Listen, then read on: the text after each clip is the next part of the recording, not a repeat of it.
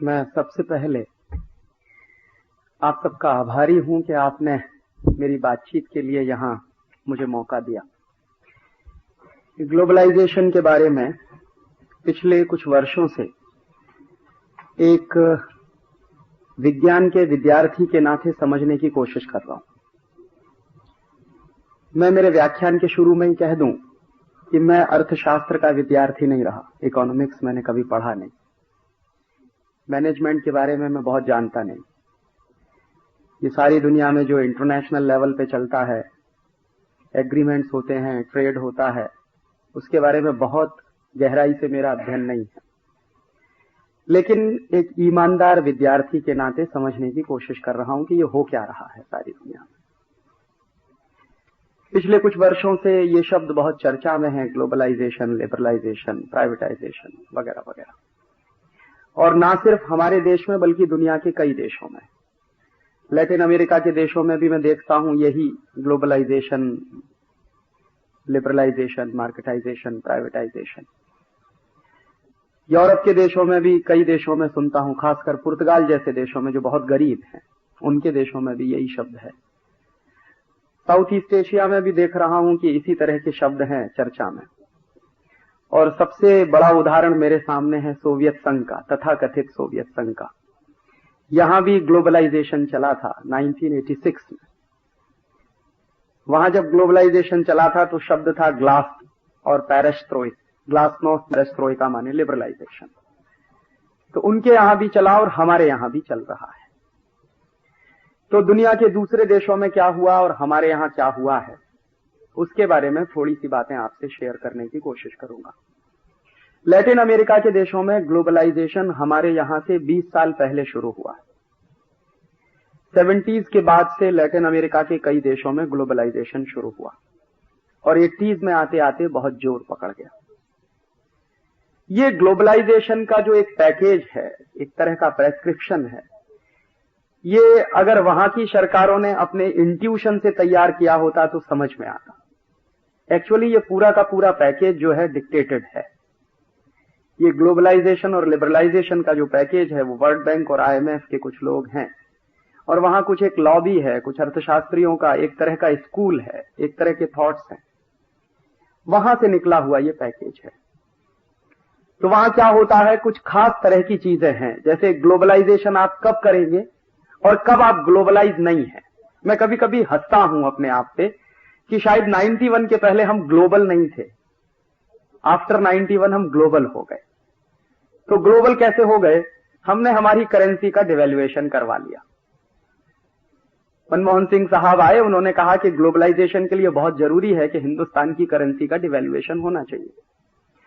तो एक दिन किया, फिर दूसरे दिन अखबार में स्टेटमेंट आया कि बस बहुत हो गया, अब नहीं करने वाले। तीसरे दिन फिर कर दिया। माने ये एक अजीब सी बात है कि एक बड़ा अर्थशास्त्री मनमोहन सिंह के कैलिबर का एक दिन कहता है 2 जुलाई को कि मैं कुछ करूंगा, 12-13%, इससे ज्यादा नहीं करने वाला। 3 जुलाई को अखबार में स्टेटमेंट आता है कि 12-13% से ज्यादा नहीं होने वाला। फिर 4 जुलाई को पता चला कि 23% हो गया। तो ये डायरेक्ट हुआ, और इनडायरेक्ट जो चला अगर उसको जोड़ दिया जाए तो 30-35% से ऊपर चला गया उसी समय में, 91 में। तो पहले जब हमने डिवैल्यूएशन नहीं किया था तो शायद हम ग्लोबल नहीं थे, जब हमने डिवैल्यूएशन कर दिया तो हम ग्लोबल हो गए। फिर एक दूसरा उन्होंने प्रेस्क्रिप्शन दिया कि अभी आप और ज्यादा ग्लोबल होने वाले हैं तब जब आप इंपोर्ट ड्यूटीज खत्म करिए अपने। तो इंपोर्ट ड्यूटीज खत्म कर दिए तो मान लिया कि और ज्यादा ग्लोबल हो गए। तीसरी बात आई प्रेस्क्रिप्शन में कि आप अपने जो सोशल एक्सपेंडिचर हैं उनको लगातार कम करते चले जाइए। सरकार को सोशल एक्सपेंडिचर करने की कोई जरूरत नहीं होती है। एजुकेशन पे पैसा खर्च कम करना करिए, हेल्थ पे कम करिए, हाइजीन की प्रॉब्लम कम करिए, सैनिटेशन पे पैसा खर्च मत करिए, वगैरह वगैरह। तो वो लगातार खत्म होता चला गया। तो हमने मान लिया कि हाँ, हम और ग्लोबलाइज होते चले गए। फिर एक दिन ऐसा आया, मनमोहन सिंह का मैंने लेक्चर सुना, उन्होंने कहा कि अभी और ग्लोबल होने के लिए हमको फॉरेन फाइनेंशियल इंस्टीट्यूट्स को हिंदुस्तान में खुलकर आने देना चाहिए। जब तक वो नहीं आएंगे तब तक इस देश में ग्लोबलाइजेशन पूरा नहीं होगा। तो वो भी कर दिया हमने। तो विदेशी पूंजी निवेशकों के लिए हिंदुस्तान का दरवाजा खुल गया, सट्टा बाजार और शेयर बाजार का दरवाजा खुल गया। तो मान लिया हमने कि हम और ज्यादा ग्लोबल होते चले गए, और ये करते करते आज 1997 में हम आके खड़े हैं। देखें तो सही ऑब्जेक्टिवली कि हुआ क्या पिछले 5-6 वर्षों में इस देश में। जो कुछ हुआ है पिछले 5-6 वर्षों में, उसके बारे में सरकार क्या कहती है वही मैं आपसे शेयर करूंगा। मैंने कुछ प्रश्न पूछवाए थे पार्लियामेंट में, लोकसभा में, इस ग्लोबलाइजेशन के मद्देनजर रखते हुए। ग्लोबलाइजेशन के कुछ तर्क हैं। जैसे पहला तर्क है कि आपको कैपिटल की बहुत जरूरत है, हिंदुस्तान में कैपिटल की बहुत कमी है, और जब तक विदेशी पूंजी नहीं आएगी, फॉरेन कैपिटल नहीं आएगा, फॉरेन इन्वेस्टमेंट नहीं होगा, एफडीआई नहीं आएगा, तब तक इस देश का भला नहीं होने वाला।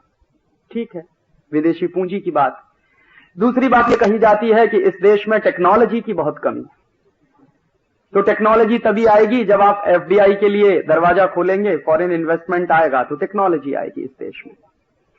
तीसरी बात इस देश में कही जाती है कि आपका एक्सपोर्ट बहुत कम है, तो जब तक मल्टीनेशनल्स नहीं आएंगे तब तक आपके देश का एक्सपोर्ट नहीं बढ़ने वाला है, तो इसलिए आप उनको खुलकर खेलने की छूट दीजिए, उनके ऊपर कोई पाबंदी मत लगाइए।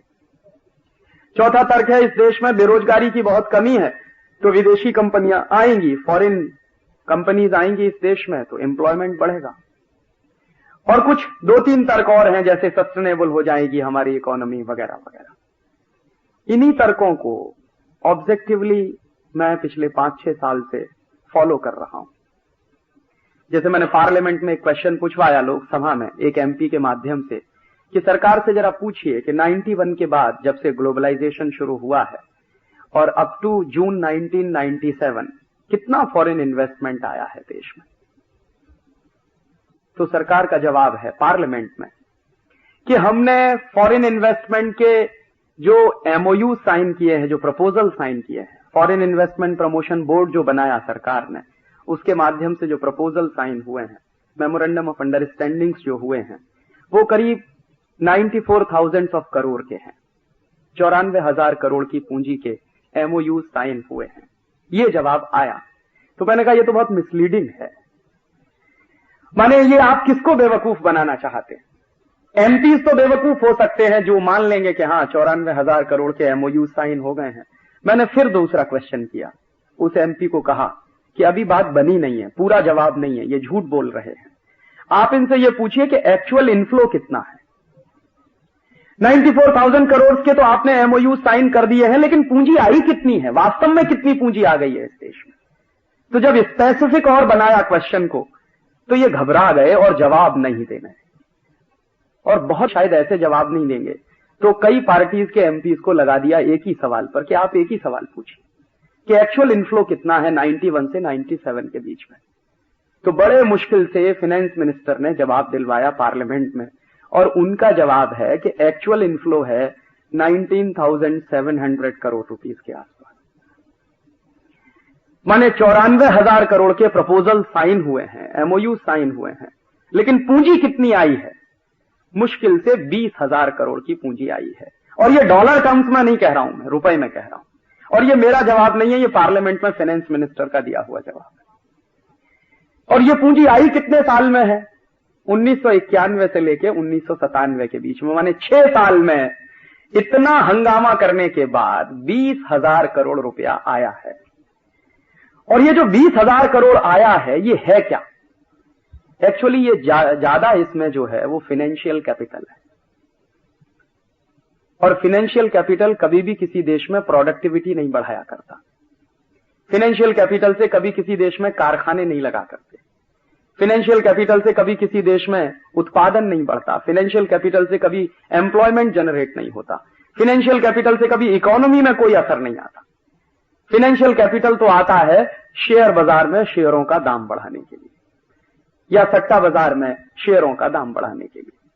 तो ये जो 20,000 करोड़ की पूंजी आई है इस देश में 1991 से 97 के बीच में, इसमें ज्यादा हिस्सा फाइनेंशियल या फाइनेंशियल कैपिटल का है। और ये जो फाइनेंशियल कैपिटल होता है वो आज आपके मार्केट में है, कल हो सकता है सिंगापुर चला जाए, परसों हो सकता है न्यूयॉर्क चला जाए, एक दिन बाद हो सकता है टोक्यो चला जाए। माने जहां उनको लगेगा वहां चला जाएगा। वो आप ही के देश में रहेगा, इसकी कोई गारंटी नहीं है। और दूसरी तरफ मैंने देखा कि इस देश में 20,000 करोड़ की पूंजी इतना हंगामा करने के बाद, इतना ढोल पीटने के बाद, इतने बड़े बड़े क्लीशेज इस्तेमाल करने के बाद आई 1991 से 97 के बीच में, तो हमारे देश में पूंजी की क्या स्थिति है? तो मैं मेरी बात नहीं कहता, मैं हिंदुस्तान के ex finance minister doctor Manmohan Singh की ही एक बात को कोट कर रहा हूं। एक बार उन्होंने पार्लियामेंट में कहा कि हिंदुस्तान में डोमेस्टिक सेविंग्स के रेट्स 24% ऑफ जीडीपी है। माने एक साल का जो हमारा जीडीपी है वो करीब 8 लाख करोड़ का है, उसका 24% हमारे डोमेस्टिक सेविंग्स हैं एवरी ईयर। तो कितना बैठता है? लगभग 2 लाख करोड़ बैठता है। तो 2 लाख करोड़ की तो हमारी डोमेस्टिक सेविंग्स हैं एक साल की। ये मैं नहीं कहता, मनमोहन सिंह कहते हैं। 2 लाख करोड़ की जिस देश में एक साल की सेविंग्स हो और वो देश विदेशी पूंजी के लिए परेशान हो, ये कुछ समझ में नहीं आता। और उस 2 लाख करोड़ का कितना अनुपात है जो 20,000 करोड़ आया है? कितने परसेंट बैठता? माने हम हर साल इस देश में 2 लाख करोड़ रुपए जनरेट करते हैं डोमेस्टिक सेविंग्स के रूप में, और 6 साल में हमारे यहां मात्र आया है 20,000 करोड़ रुपए, और हम ढोल पीट के चिल्ला रहे हैं कि इस देश में ग्लोबलाइजेशन हो रहा है, लिबरलाइजेशन हो रहा है। किसको बेवकूफ बना रहे हैं? और इसी के बाद जब दूसरे हिस्से की बात करना शुरू करिए कि ये जो 20,000 करोड़ आ भी गया है आपके देश में, तो चला कितना गया? क्योंकि विदेशी पूंजी आती है वो आपके फायदे के लिए नहीं आती है, वो उनके फायदे के लिए आती है। और दुनिया में कोई भी देश इतना बेवकूफ नहीं है जो आपके फायदे के लिए अपनी पूंजी आपके देश में आके लगा देगा। एक तो सच्चाई ये है कि 1980 से यूरोपियन मार्केट में भयंकर रिसेशन है, अमेरिकन मार्केट में भी भयंकर रिसेशन है।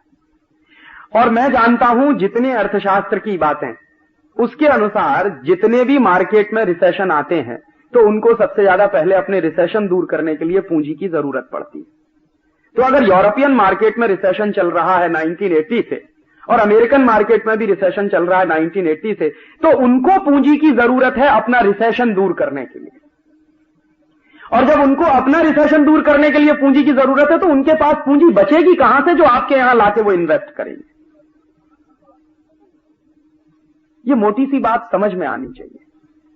अगर उनके मार्केट में रिसेशन नहीं होता, उनके मार्केट में ये सारी बातें नहीं होती मंदी की, और तब कोई पूंजी की बात करता तो समझ में आती। लेकिन जब उनके मार्केट में खुद रिसेशन चल रहा है तो कहां से वो पूंजी आपके देश में लाने वाले हैं? पूंजी है नहीं उनके पास। अगर उनके पास पूंजी होती तो वो अपना रिसेशन दूर करेंगे पहले। और वो इतने दयावान नहीं हैं, इतने साधु महात्मा नहीं हो गए अमेरिका के और यूरोप के लोग के अपने यहां थोड़ा घाटा सहन करके हिंदुस्तान में लाके पूंजी इन्वेस्ट कर देंगे तो आपका फायदा कर देंगे। इतने धर्मात्मा वो कभी थे भी नहीं और कभी होंगे भी नहीं भविष्य में।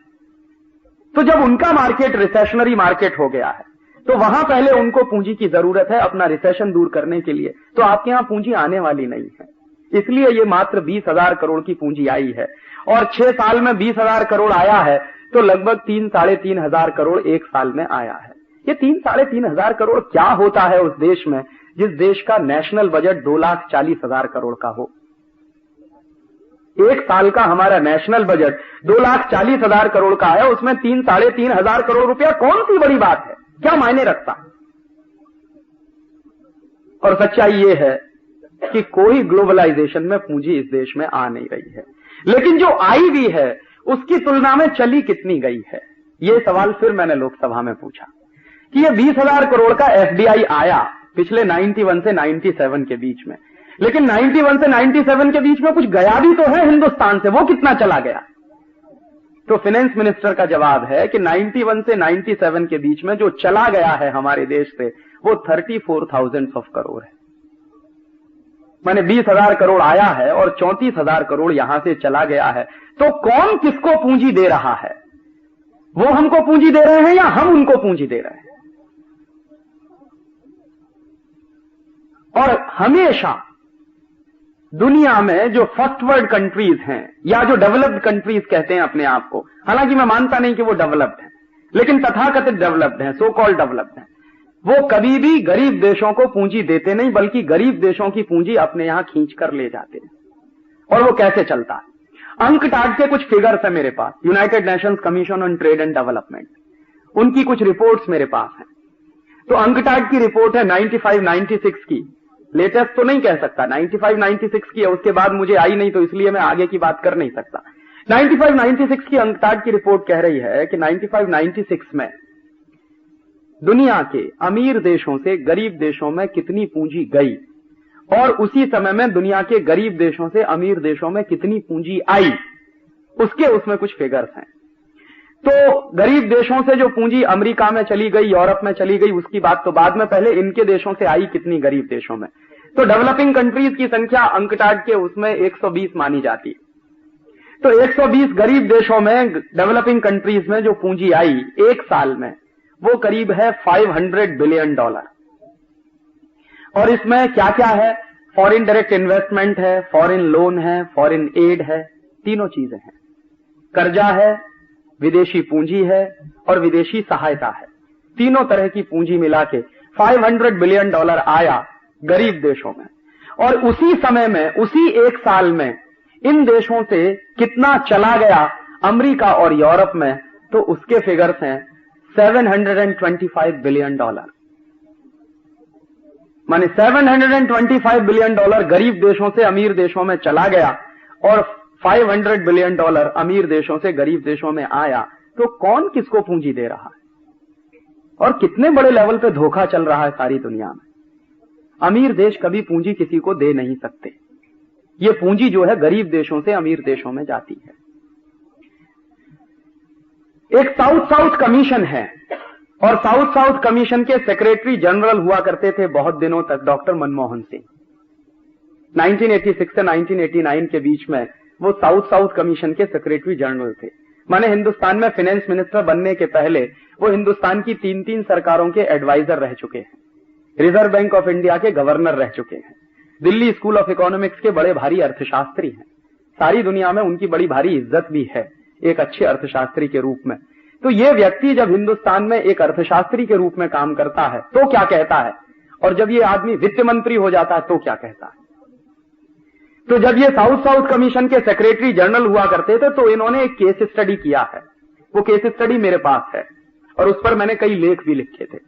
वो क्या है कि 86 से 89 के बीच में दुनिया के 17 गरीब देशों के बारे में उन्होंने कुछ आंकड़े दिए हैं, जिनमें हमारा देश है, पाकिस्तान है, बर्मा है, बांग्लादेश है, मलेशिया है, वगैरह वगैरह, नजदीक के गरीब देश हैं। तो उसमें वो कह रहे हैं कि इन 17 गरीब देशों में 1986 से 1989 के बीच में कितनी पूंजी आई है और इन देशों से कितनी पूंजी चली गई है कैपिटल फ्लाइट के रूप में, उसका उन्होंने स्टैटिस्टिक्स दिया है।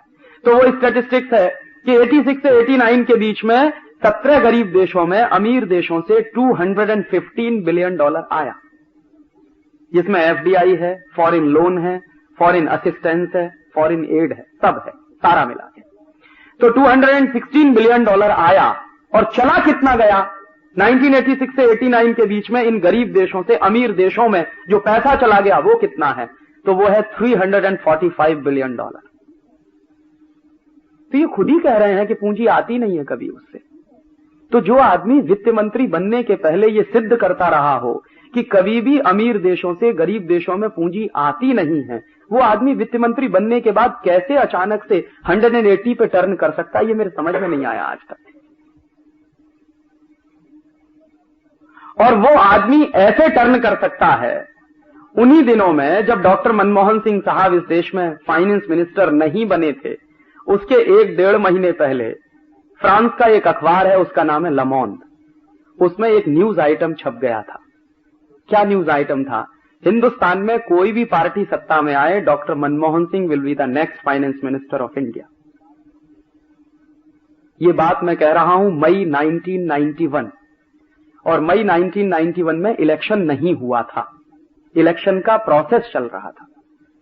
राजीव गांधी जिंदा थे, उनकी मृत्यु 20 मई 1991 को हुई है। ये उसके पहले का आर्टिकल है और ये ला मोंड में छपा। मेरा एक दोस्त है, उसने मुझे कटिंग भेजी और कहा कि देखो ये क्या है। तो मैंने भी आश्चर्य से उसको पढ़ लिया कि कैसे ला मोंड कहता है कि doctor Manmohan Singh will be the next finance minister of India. तो उसमें खबर क्या है, फ्रेंच में जो वाक्य है उसका हिंदी में करके आपसे कह रहा हूं कि हमारे विश्वस्त सूत्रों की जानकारी के अनुसार डॉक्टर मनमोहन सिंह अगले फाइनेंस मिनिस्टर बनेंगे, चाहे जो पार्टी सत्ता में आ जाए। और वो कटिंग लेके मैंने मेरे कुछ दोस्तों को दिखाई तो कई लोग कहते थे कि यार पता नहीं फालतू की बातें हैं, ऐसी तो चलती रहती है। ब्रिटेन के बहुत सारे टैबलॉइड्स हैं जो कुछ ना कुछ छापते ही रहते हैं, फ्रांस में भी कुछ ऐसा ही चल गया होगा तो उन्होंने भी लिया कि कहीं मस्ती में छाप दिया होगा। लेकिन बाद में जिस दिन मैंने देखा कि डॉक्टर मनमोहन सिंह को फाइनेंस मिनिस्टर की शपथ दिलाई जा रही है तो मेरे कान खड़े हो गए। मैंने कहा ये हुआ कैसे? मेरे एक परिचित हैं, वर्ल्ड बैंक में काम करते हैं, उनका नाम नहीं लेना चाहता, मेरे इलाहाबाद के रहने वाले।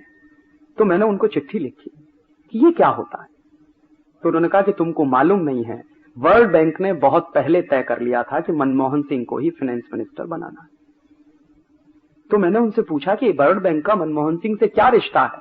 तब उन्होंने मुझे बताया कि मनमोहन सिंह वर्ल्ड बैंक में 10 साल तक सर्विस कर चुके हैं और जो वर्ल्ड बैंक का कर्जा उन्होंने लिया है वो कर्जा उनको चुकाना है। तो वो कर्जा चुकाने के लिए वर्ल्ड बैंक उसको फाइनेंस मिनिस्टर बनवा रहा है और तुम में से किसी में दम नहीं है जो उसको रोक सके फाइनेंस मिनिस्टर बनने से। तो मैंने सोचा कि इस देश की पॉलिटिकल सॉवरेनिटी को क्या हुआ। माने हमारा पार्लियामेंट तय नहीं कर रहा है कि who will the next finance minister of India, ये वर्ल्ड बैंक तय कर रहा है, आईएमएफ तय कर रहा है। और वर्ल्ड बैंक क्यों तय कर रहा है, आईएमएफ क्यों तय कर रहा है? क्योंकि वर्ल्ड बैंक को अपनी कुछ कंडीशनैलिटीज इस देश में लागू करानी है, तो उनको अपना आदमी चाहिए, तो उन्होंने अपना आदमी रखवा दिया इस देश में। बाद में जब वो फाइनेंस मिनिस्टर बन गए तो हिंदुस्तान में अपने पूरे टेन्योर में वो आदमी ₹1.25 टोकन मनी लेता था तनख्वाह के रूप में। तो मेरे दिमाग में रोज प्रश्न उठता था कि बाकी का पैसा कहां से आता मनमोहन सिंह। तो निश्चित रूप से वर्ल्ड बैंक के पेरोल पर काम करने वाला आदमी इस देश में फाइनेंस मिनिस्टर बना, और वर्ल्ड बैंक के पेरोल पर काम करने वाला आदमी जब फाइनेंस मिनिस्टर बनेगा तो वर्ल्ड बैंक की बातें करेगा इस देश में। जो आदमी फाइनेंस मिनिस्टर बनने के पहले एक बात कहता हो और फाइनेंस मिनिस्टर बनने के बाद ठीक उसके उल्टी बातें कहना शुरू कर दे, तो ऐसे आदमी को तो मैं सिर्फ इंटेलेक्चुअल प्रोस्टिट्यूट के अलावा और कुछ कह नहीं सकता। शायद आपको लगा है कि ये मैंने बहुत कड़ी बात कह दी है, लेकिन यही सच्चाई है। As a governor of reserve bank of India, as a financial adviser of 3 prime minister, Manmohan Singh जो कुछ कहते थे उसका ठीक उल्टा काम उन्होंने जब फाइनेंस मिनिस्टर बने तो किया है इस देश में, और उसके नतीजे इस देश को भुगतने पड़ेंगे अगले 20 साल में, जो कुछ वो करके चले गए इस देश में।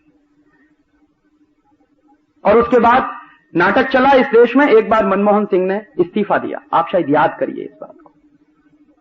तो जैसे ही मनमोहन सिंह ने इस्तीफा देने की बात कही तो सबसे पहली चिट्ठी वर्ल्ड बैंक के प्रेसिडेंट की आई हिंदुस्तान के प्राइम मिनिस्टर को कि आप उनका इस्तीफा स्वीकार नहीं करेंगे, और नहीं किया गया उनका इस्तीफा स्वीकार। जबकि कांग्रेस के अंदर मनमोहन सिंह के खिलाफ भयंकर रिजेंटमेंट था। बहुत सारे कांग्रेसियों को उनका ग्लोबलाइजेशन पचा नहीं था, उनका लिबरलाइजेशन भी नहीं पचा, और सारे कांग्रेसी एक स्वर से मांग करते थे कि आपके इस ग्लोबलाइजेशन ने किया क्या। वो वायदा करते थे कि मैं 3 महीने में महंगाई को जमीन पे ला दूंगा, तो पता चला 3 महीने में महंगाई और 3 गुना बढ़ गई। तो कांग्रेसियों को लगा कि हमारा तो वोट बैंक चला गया, तो मनमोहन सिंह के खिलाफ जमकर अटैक होना शुरू हुआ। तो मनमोहन सिंह को रिजाइन करने की स्थिति पैदा कर दी इन लोगों ने। लेकिन वर्ल्ड बैंक से पहली ही चिट्ठी आई इस देश में कि आप उनका इस्तीफा स्वीकार नहीं करेंगे, और उनका इस्तीफा स्वीकार नहीं किया गया। और यही नाटक अभी ताजा ताजा कुछ दिन पहले हुआ चिदंबरम साहब के साथ। आपको याद है चिदंबरम साहब ने एक बार धमकी दी कि मैं रिजाइन कर दूंगा।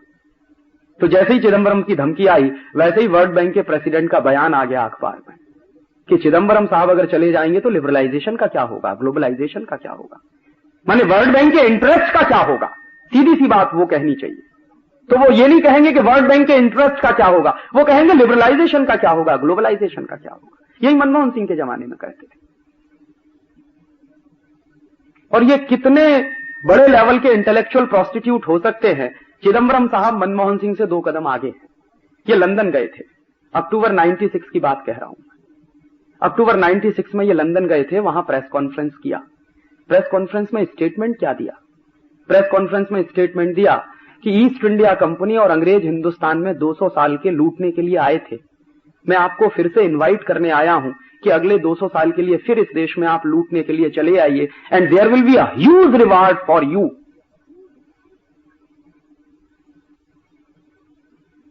क्या कहें इसको, सिवाय ट्रेटर के दूसरा कोई शब्द मुझे मिलता नहीं जो मैं चिदंबरम के लिए इस्तेमाल करूं।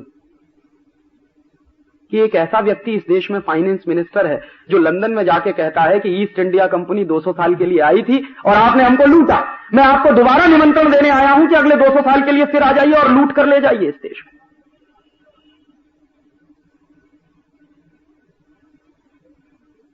तो ऐसे लोग जब इस देश में फाइनेंस मिनिस्टर बनना शुरू हो जाए तब तो इस देश का बंटाधारी होने जा रहा है। और तब मुझे शक होने लगा है कि सच में कोई लिबरलाइजेशन चल रहा है क्या। और मैं मानता नहीं कोई लिबरलाइजेशन चल रहा है, एक्चुअली ये रिकॉलोनाइजेशन का एक दूसरा प्रोसेस चल रहा है। और उस लिबरलाइजेशन के नतीजे क्या निकल रहे हैं, विदेशी पूंजी के स्तर पे कुछ आया नहीं आपके देश में, जो कुछ आया उससे ज्यादा चला गया। और अगर एक दूसरा हिसाब और जोड़ना शुरू कर दूं कि फाइनेंशियल मार्केट में जो थोड़ी सी विदेशी पूंजी आ गई थी उससे नतीजा क्या हुआ था, 100-150 रुपए वाला शेयर 1500 में पहुंच गया था, 2000 में पहुंच गया था। जिसको देखो वो शेयर खरीदने के लिए पागल था इस देश में। मुझे वो दिन याद है कि मेरे घर के सामने जो पान बेचता है इलाहाबाद में, वो रोज सवेरे सवेरे आता था, मुझसे पूछता था कि राजीव भाई आज एसीसी का दाम क्या है। तो मैं कहता था भाई तुमको क्या लेना देना एसीसी के। नहीं मैंने एसीसी खरीदा। मैंने कहा कहां से तुम्हारे पास पैसा आ गया? कि बीवी के गहने गिरवी रखे हैं, मैंने एसीसी खरीदा। क्या होने वाला है? कहने लगा आप तो बेवकूफ आदमी, आपको मालूम नहीं मैं रातों रात लखपति होने जा रहा हूं।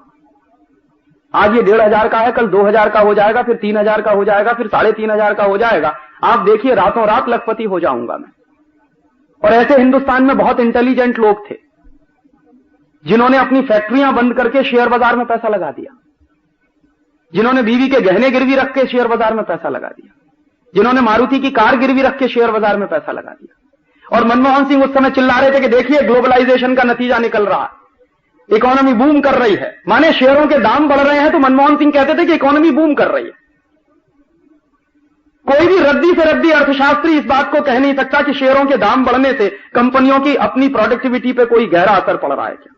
ये जरूरी नहीं है कि जिस कंपनी के शेयर के दाम बढ़ रहे हो वो कंपनी बहुत अच्छा रिजल्ट दे रही हो, ये बिल्कुल जरूरी नहीं है। ये बहुत बार इन्फ्लेटेड होती हैं चीजें।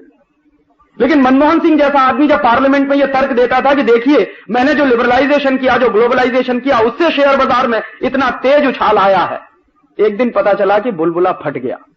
गुब्बारे में जितनी हवा भरी थी वो सब फट गई। तो पता चला कि 2500-3000 पे बिकने वाला शेयर जमीन पे आके गिरा 100 रुपए में, 150 रुपए में, 200 रुपए में, कोई खरीदने को तैयार नहीं। हिंदुस्तान की पार्लियामेंट ने एक कमेटी बताई, पार्लियामेंट्री कमेटी बिठाई गई रामनिवास मिर्धा की अध्यक्षता में। उन्होंने काम किया, 2-3 महीने में रिपोर्ट आई कि ये जो विदेशी पूंजी को हमने छोड़ दिया शेयर बाजार में आने के लिए, वो जो खोल दिया हमने शेयर बाजार में आने के लिए, उसी का नतीजा निकला कि उन्होंने पहले शेयरों के दाम बढ़ा दिए और हिंदुस्तान के लोगों ने क्या किया कि अपने खून पसीने की कमाई को शेयर बाजार में झोंक दिया ले जाके। फिर जब उनको जरूरत पड़ी तो यहां से लेकर उड़ गए, तो पता चला जमीन पे आके हम गिरे। कमेटी की फाइंडिंग्स है, ये मेरी नहीं है, कि हिंदुस्तान में विदेशी पूंजी निवेशकों ने कुछ 1000 करोड़ रुपए इन्वेस्ट करके हिंदुस्तान के लोगों का 70,000 करोड़ लूट लिया। इतनी बड़ी डकैती आपके देश में पड़ गई और आपने किसी ने एफआईआर तक दर्ज नहीं कराई। और बड़े बड़े इंटेलिजेंट लोग जो अपने आप को 30 मारखा कहते थे, जो कहते थे कि शेयर बाजार की नब्ज तो हमारी टिप्स पे रखी हुई है, वो सब मुंह छुपा के पता नहीं कहां दुबक गए, नजर नहीं आते। इसी देश में हुआ ग्लोबलाइजेशन और लिबरलाइजेशन के नाम पर कि एक एक कंपनी आई जिसने 400 करोड़ मार्केट से उठा लिया, पता चला कि वो कंपनी आज कहीं है भी नहीं। जिस कंपनी ने कभी नट बोल्ट नहीं बनाया, जिन्होंने कभी प्रोडक्शन के क्षेत्र में कोई एक नए पैसे का काम नहीं किया, वो आए और मार्केट से 420 करोड़ उठा ले गए, कोई 480 करोड़ उठा ले गया, कोई 500 करोड़ उठा ले गया, कोई 1000 करोड़ उठा ले। माने लूट की खुली छूट मची हुई थी, कोई कानून नहीं था, कोई रोक नहीं थी, कोई गाइडलाइंस नहीं थी। मनमोहन सिंह साहब यही चिल्ला रहे थे कि देखिए इकोनॉमी में तरक्की हो रही है इस देश में। मालूम नहीं था कि इस देश के लोगों की जेब काटी जा रही है। और अंत में पता चला कि हमको जो नुकसान हुआ है वो कितना हुआ है। देश के लोगों के खून पसीने की कमाई का 70,000 करोड़ रुपया डूब गया इस शेयर बाजार, जो वापस आएगा किसी को कुछ पता नहीं। और मैं पूछता हूं कि ऐसे समय में मनमोहन सिंह को लाके चौराहे पे कम से कम 2-4 बातें पूछ तो लेनी चाहिए कि एक जमाने में आप चिल्लाया करते थे पार्लियामेंट के अंदर कि देखिए ये मेरे लिबरलाइजेशन का कमाल है, कि शेयर बाजार चढ़ रहा है, फिर क्या हुआ इसमें, क्यों डूब गया 70,000 करोड़ रुपया, कौन जिम्मेदार है इसका? किसी की अकाउंटेबिलिटी बनती है कि नहीं इस देश में? किसी की अकाउंटेबिलिटी नहीं बनी। और उसी कमेटी ने जो रिकमेंडेशंस किए थे मनमोहन सिंह को कि ये सारा तमाशा सिटी बैंक के इशारे पर हुआ, हर्षद मेहता तो उसमें सिर्फ एक कठपुतली की तरह से काम करता रहा। ये मैं नहीं कहता, पार्लियामेंट्री कमेटी की फाइंडिंग्स है। और कमेटी ने ये रिकमेंडेशंस किए कि सिटी बैंक ऑफ इंडिया को हिंदुस्तान से बिस्तर बांध के भगा देने की जरूरत है। तो मनमोहन सिंह ने स्टेटमेंट किया कि नहीं, हम सिटी बैंक ऑफ इंडिया को अगर भगा देंगे तो गलत सिग्नल्स जाएंगे दुनिया में। माने चोर को चोर नहीं कह सकते हम, डकैत को डकैत नहीं कह सकते हम, क्योंकि हमारे सिग्नल्स गलत चले जाएंगे। कौन सा देश है ये, और कौन सा फाइनेंस मिनिस्टर इस देश को रूल करता है? दुनिया के किसी भी दूसरे देश में अगर अमेरिका में ही ये स्कैम हुआ होता, हिंदुस्तान की जगह अमेरिका को रखकर देखिए, और अमेरिका में ये स्कैम हुआ होता और काश स्टेट बैंक ऑफ इंडिया हमारा उसमें इन्वॉल्व होता, तो अमेरिकन सरकार ने 1 मिनट की देर नहीं की होती स्टेट बैंक ऑफ इंडिया को वहां से रवाना करने में। ये हम पॉलिटिकल स्लेव कंट्री में रहते हुए मैं कह रहा हूं इस देश में कि सिटी बैंक ऑफ इंडिया के बारे में सारे सबूत होने के बावजूद इस देश में सिटी बैंक ऑफ इंडिया को हिंदुस्तान से नहीं भगाया गया, क्योंकि मनमोहन सिंह नहीं चाहता। और कभी कभी मैं ये आरोप करता हूं कि मनमोहन सिंह कोई मनमोहन सिंह नहीं है, वो अमेरिका का 101% एजेंट है इस देश, जिसने इस देश की इकोनॉमी को इतने बड़े लेवल पे ले जाके पटक दिया। और आपको मालूम है जो पैसा डूब गया उसकी वजह से जो रिसेशन है मार्केट में, वो आज तक खत्म नहीं हो रहा। कितने कारखाने बंद हो गए इस देश में, हजारों प्रोडक्शन यूनिट्स इस देश में बंद हो गए क्योंकि उनका पैसा शेयर बाजार में लग गया। मैं मेरे उत्तर प्रदेश के बारे में बात करता हूं। नोएडा के आसपास करीब 80,000 छोटे छोटे प्रोडक्शन यूनिट थे जो डूब गए क्योंकि उनका पैसा शेयर बाजार में फंस गया, वो चल नहीं सकते। और कितने ऐसे लोग हैं जिनको मैं पर्सनली जानता हूं कि जो करोड़पति बनने चले थे, रोडपति हो गए, सड़क पे खड़े, डूब गया पैसा शेयर बाजार। और ये जो डूबा हुआ पैसा है, इसको वापस निकालने के लिए ना मनमोहन सिंह के पास कोई तरकीब है, ना चिदंबरम के पास कोई तरकीब। कैसे आएगा ये पैसा? ये ग्लोबलाइजेशन नहीं हुआ, ये लिबरलाइजेशन नहीं हुआ, आपकी लूट हुई।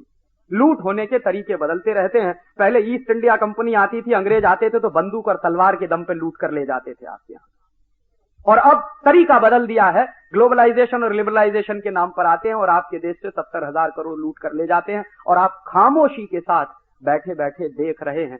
पता नहीं कब हर्षद मेहता को इस देश में फांसी की सजा मिलेगी, मुझे मालूम नहीं, पता नहीं कब मिलेगी। शायद हो सकता है 2 साल के बाद आप भी भूल जाएं, मैं भी भूल जाऊं कि इस देश में इतना बड़ा स्कैम भी कोई हुआ था। और आप देख लीजिए, जब से ग्लोबलाइजेशन और लिबरलाइजेशन है तो ये स्कैम का ही है हिस्सा। जिसको आप ग्लोबलाइजेशन कहते हैं वो स्कैम का ही एक दूसरा हिस्सा। जितने तेजी से ग्लोबलाइजेशन चला उतने तेजी से इस देश में घोटाले चले। 91 से 97 के बीच में जितने घोटाले हुए हैं उसमें पार्लियामेंट की फाइंडिंग्स है, मेरी फाइंडिंग्स नहीं, कि हिंदुस्तान के लोगों के खून पसीने की कमाई का 70,000 करोड़ डूब गया। ये वो क्या, तो 20,000 करोड़ आया और 70,000 करोड़ हमारा डूब गया। ये है ग्लोबलाइजेशन का असली पिक्चर। कोई पूंजी वहां से आ नहीं रही है, आपको लूट करके आपके देश से ले जा रहे हैं। दूसरे लेवल पे मैंने एक बार एक क्वेश्चन और पूछवाया था लोकसभा में कि आप बहुत चिल्लाते हैं फॉरेन टेक्नोलॉजी, हाई टेक्नोलॉजी वगैरह वगैरह, और चूंकि मैं साइंटिस्ट रहा हूं इसलिए थोड़ा टेक्नोलॉजी के बारे में जानता हूं कि क्या टेक्नोलॉजी होती है और क्या टेक्नोलॉजी नहीं होती है। तो लोकसभा में जब सवाल पूछवाया कि 91 के बाद जो एमओयू साइन किए हैं भारत सरकार ने, इसमें हाईटेक एरियाज कितने हैं, तो सरकार का जवाब है कि करीब 70% जो एमओयू साइन हुए हैं वो जीरो टेक्नोलॉजी के एरियाज में, जहां कोई टेक्नोलॉजी नहीं है। और 70% के बाद 10 से 15% जो एमओयू साइन हुए हैं वो इंटरमीडिएट टेक्नोलॉजी के एरिया में, और मुश्किल से 5 से 10% एमओयू साइन हुए हैं जो हाईटेक एरिया में है। लेकिन अभी भी मैं इंतजार कर रहा हूं कि कोई हाईटेक आ गया है क्या इस देश में। कोई हाईटेक नहीं आया। उससे ज्यादा इस देश में क्या आ गया है, पेप्सी कोला आ गया जो जीरो टेक्नोलॉजी का आइटम है, कोका कोला आ गया वो भी जीरो टेक्नोलॉजी का आइटम, अंकल चिप्स आ गया है, रफल्स चिप्स आ गया, हॉस्टेस आ गया है, टॉप रेमन आ गया, बिनीज आ गया है। माने पोटैटो चिप्स आ गए हैं, ये जीरो टेक्नोलॉजीज के आइटम। आपके देश में नमक बिक रहा है विदेशी कंपनी का, कैप्टन कुक, अन्नपूर्णा, पता नहीं उसमें कौन सी हाई टेक्नोलॉजी। आटा बिक रहा है विदेशी कंपनियों का, कैप्टन कुक, अन्नपूर्णा, पता नहीं उसमें कौन सी हाई टेक्नोलॉजी। जूते के तलवे बेच रहे हैं कुछ विदेशी कंपनी वाले, पता नहीं उसमें कौन सी हाई टेक्नोलॉजी। अंडरवियर बनियान इंपोर्ट हो रहे हैं इस देश में, पता नहीं कौन सी हाई टेक्नोलॉजी है उसमें, मेरे समझ में नहीं। कॉस्मेटिक्स के बहुत सारे आइटम्स इस देश में इंपोर्ट होने लगे, पता नहीं कौन सी हाईटेक उसमें। ये सारे के सारे आइटम जीरो टेक्नोलॉजी के आइटम। और एक बार मैंने स्पेसिफिक क्वेश्चन पूछवाया कि एक 1977 में जब मुरारजी भाई देसाई की सरकार थी तो उन्होंने एक लिस्ट बनाई थी। क्या लिस्ट बनाई थी? 840 आइटम्स ऐसे हैं जो जीरो टेक्नोलॉजी के आइटम माने जाते हैं। तो वो 840 आइटम्स मुरारजी भाई देसाई ने रिजर्व कर दिए थे कि इनमें कभी कोई मल्टीनेशनल नहीं घुसेगा। मल्टीनेशनल को घुसना हो कि इसके अलावा बहुत सारे दूसरे आइटम्स हैं उनमें घुसे, तो मल्टीनेशनल घुस नहीं पाते थे। तो वो क्या करते थे कि हिंदुस्तानी कंपनी ढूंढते थे और उसके कंधे पर रख के बंदूक चलाते, और ये बहुत दिन तक इस देश में चलता रहा। वो सीधे घुस नहीं सकते थे क्योंकि नियम था। मनमोहन सिंह ने वो नियम बदल दिया। उन्होंने क्या किया कि वो 870 जो आइटम थे इस देश में स्मॉल स्केल इंडस्ट्रीज के लिए या जीरो टेक्नोलॉजी के लिए रिजर्व जो आइटम थे उनको भी खोल दिया। तो भड़ बढ़ा के सारे मल्टीनेशनल उसी में घुस गए। सच्चाई ये है कि कभी कोई मल्टीनेशनल आपके देश में आता नहीं टेक्नोलॉजी लेकर। वो क्या लेकर आते हैं? जो उनके यहाँ 20 साल पुरानी हो गई है टेक्नोलॉजी, जिसके लिए उनके पास जमीन नहीं है डंप करने के लिए, उसको लाके आपके देश में पटक देते हैं और आप चिल्लाते हैं कि हमारे देश में हाईटेक आ गया। कोई हाईटेक आता नहीं। जहां आपको कोई टेक्नोलॉजी की जरूरत नहीं है, जिस एरिया में जीरो टेक्नोलॉजी है, उसी एरिया में सबसे ज्यादा मल्टीनेशनल इस देश में इस समय काम कर रहे हैं। आप मुझे बताइए कि टूथपेस्ट बनाने में कौन सी टेक्नोलॉजी है, साबुन बनाने में कौन सी ऐसी टेक्नोलॉजी है, जूते के फीते बनाने में ऐसी कौन सी टेक्नोलॉजी, टमाटर की चटनी बनाने में कौन सी टेक्नोलॉजी। नेस्ले को हमने खोल दिया Maggi hot and sweet tomato chilli sauce बनाने के। बताइए जरा टमाटर की चटनी बनाने में कौन सा हाईटेक आइटम इस्तेमाल होता है? या नमक को पॉलिथीन पैक में बंद करना कौन सा हाईटेक आइटम है? या आलू का चिप्स बेचना, कैडबरीज की चॉकलेट बनाना, बिस्किट्स बनाना, ये कौन सी टेक्नोलॉजी के आइटम है? ये तो सब 870 वो आइटम है जिनको भारत सरकार ने 1977 में माना था कि ये सब जीरो टेक आइटम है, और सारे मल्टीनेशनल इन्हीं क्षेत्र में घुसे हुए हैं। एक भी मल्टीनेशनल इस देश में नहीं आया सैटेलाइट बनाने के लिए। सैटेलाइट बनाना हाईटेक आइटम है, और इस देश में एक भी मल्टीनेशनल नहीं है जो सैटेलाइट बनाने के लिए आया हो। मिसाइल बनाना हाईटेक आइटम है, एक भी मल्टीनेशनल नहीं है जो इस देश में मिसाइल बनाने के लिए आया हो। टेलीकम्युनिकेशन में डिजिटल इलेक्ट्रॉनिक्स इक्विपमेंट बनाना कुछ हाईटेक आइटम माना जाता, लेकिन एक भी मल्टीनेशनल नहीं आया जो उसको उस क्षेत्र में कुछ करने वाला हो। सच्चाई ये है कि जो सच में हाईटेक है वहां आपको कोई टेक्नोलॉजी देता नहीं है, और कभी कभी आप लेने की कोशिश करें तो आपको लंगड़ी मार के गिरा देते हैं। जैसे मैं एक सॉलिड एग्जांपल दूं, राजीव गांधी जब प्राइम मिनिस्टर थे तो एक दिन रोते रोते अमेरिका पहुंच गए। ये हमारे देश में भिखारी की बड़ी बुरी आदत है। इस देश का प्राइम मिनिस्टर भी भिखमंगई की तरह से बात करता। कटोरा लेके पहुंच गए रोनाल्ड रीगन के सामने कि हमको सुपर कंप्यूटर दे दीजिए। इनको बहुत समझाया था इस देश के साइंटिस्टों ने कि आप मत जाइए, बेइज्जती हो जाएगी आप, लेकिन माने नहीं, क्योंकि धुन थी कि हिंदुस्तान को 21st सेंचुरी में ले जाएंगे। जैसे उन्हीं के ले जाने पे जाएगा, ये देश अपने तरीके से जाने वाला नहीं था 21st सेंचुरी। तो पहुंच गए अमेरिका में भीख मांगने के लिए। क्या भीख मांगा रोनाल्ड रीगन से? कि हमको सुपर कंप्यूटर दे दीजिए, और क्या चाहिए आपको? क्रायोजेनिक इंजन चाहिए। तो रोनाल्ड रीगन ने कहा कि सोचेंगे। फिर पीछे पड़े उनके बाद दोबारा फिर पहुंच गए अमेरिका के, आपने क्या सोचा?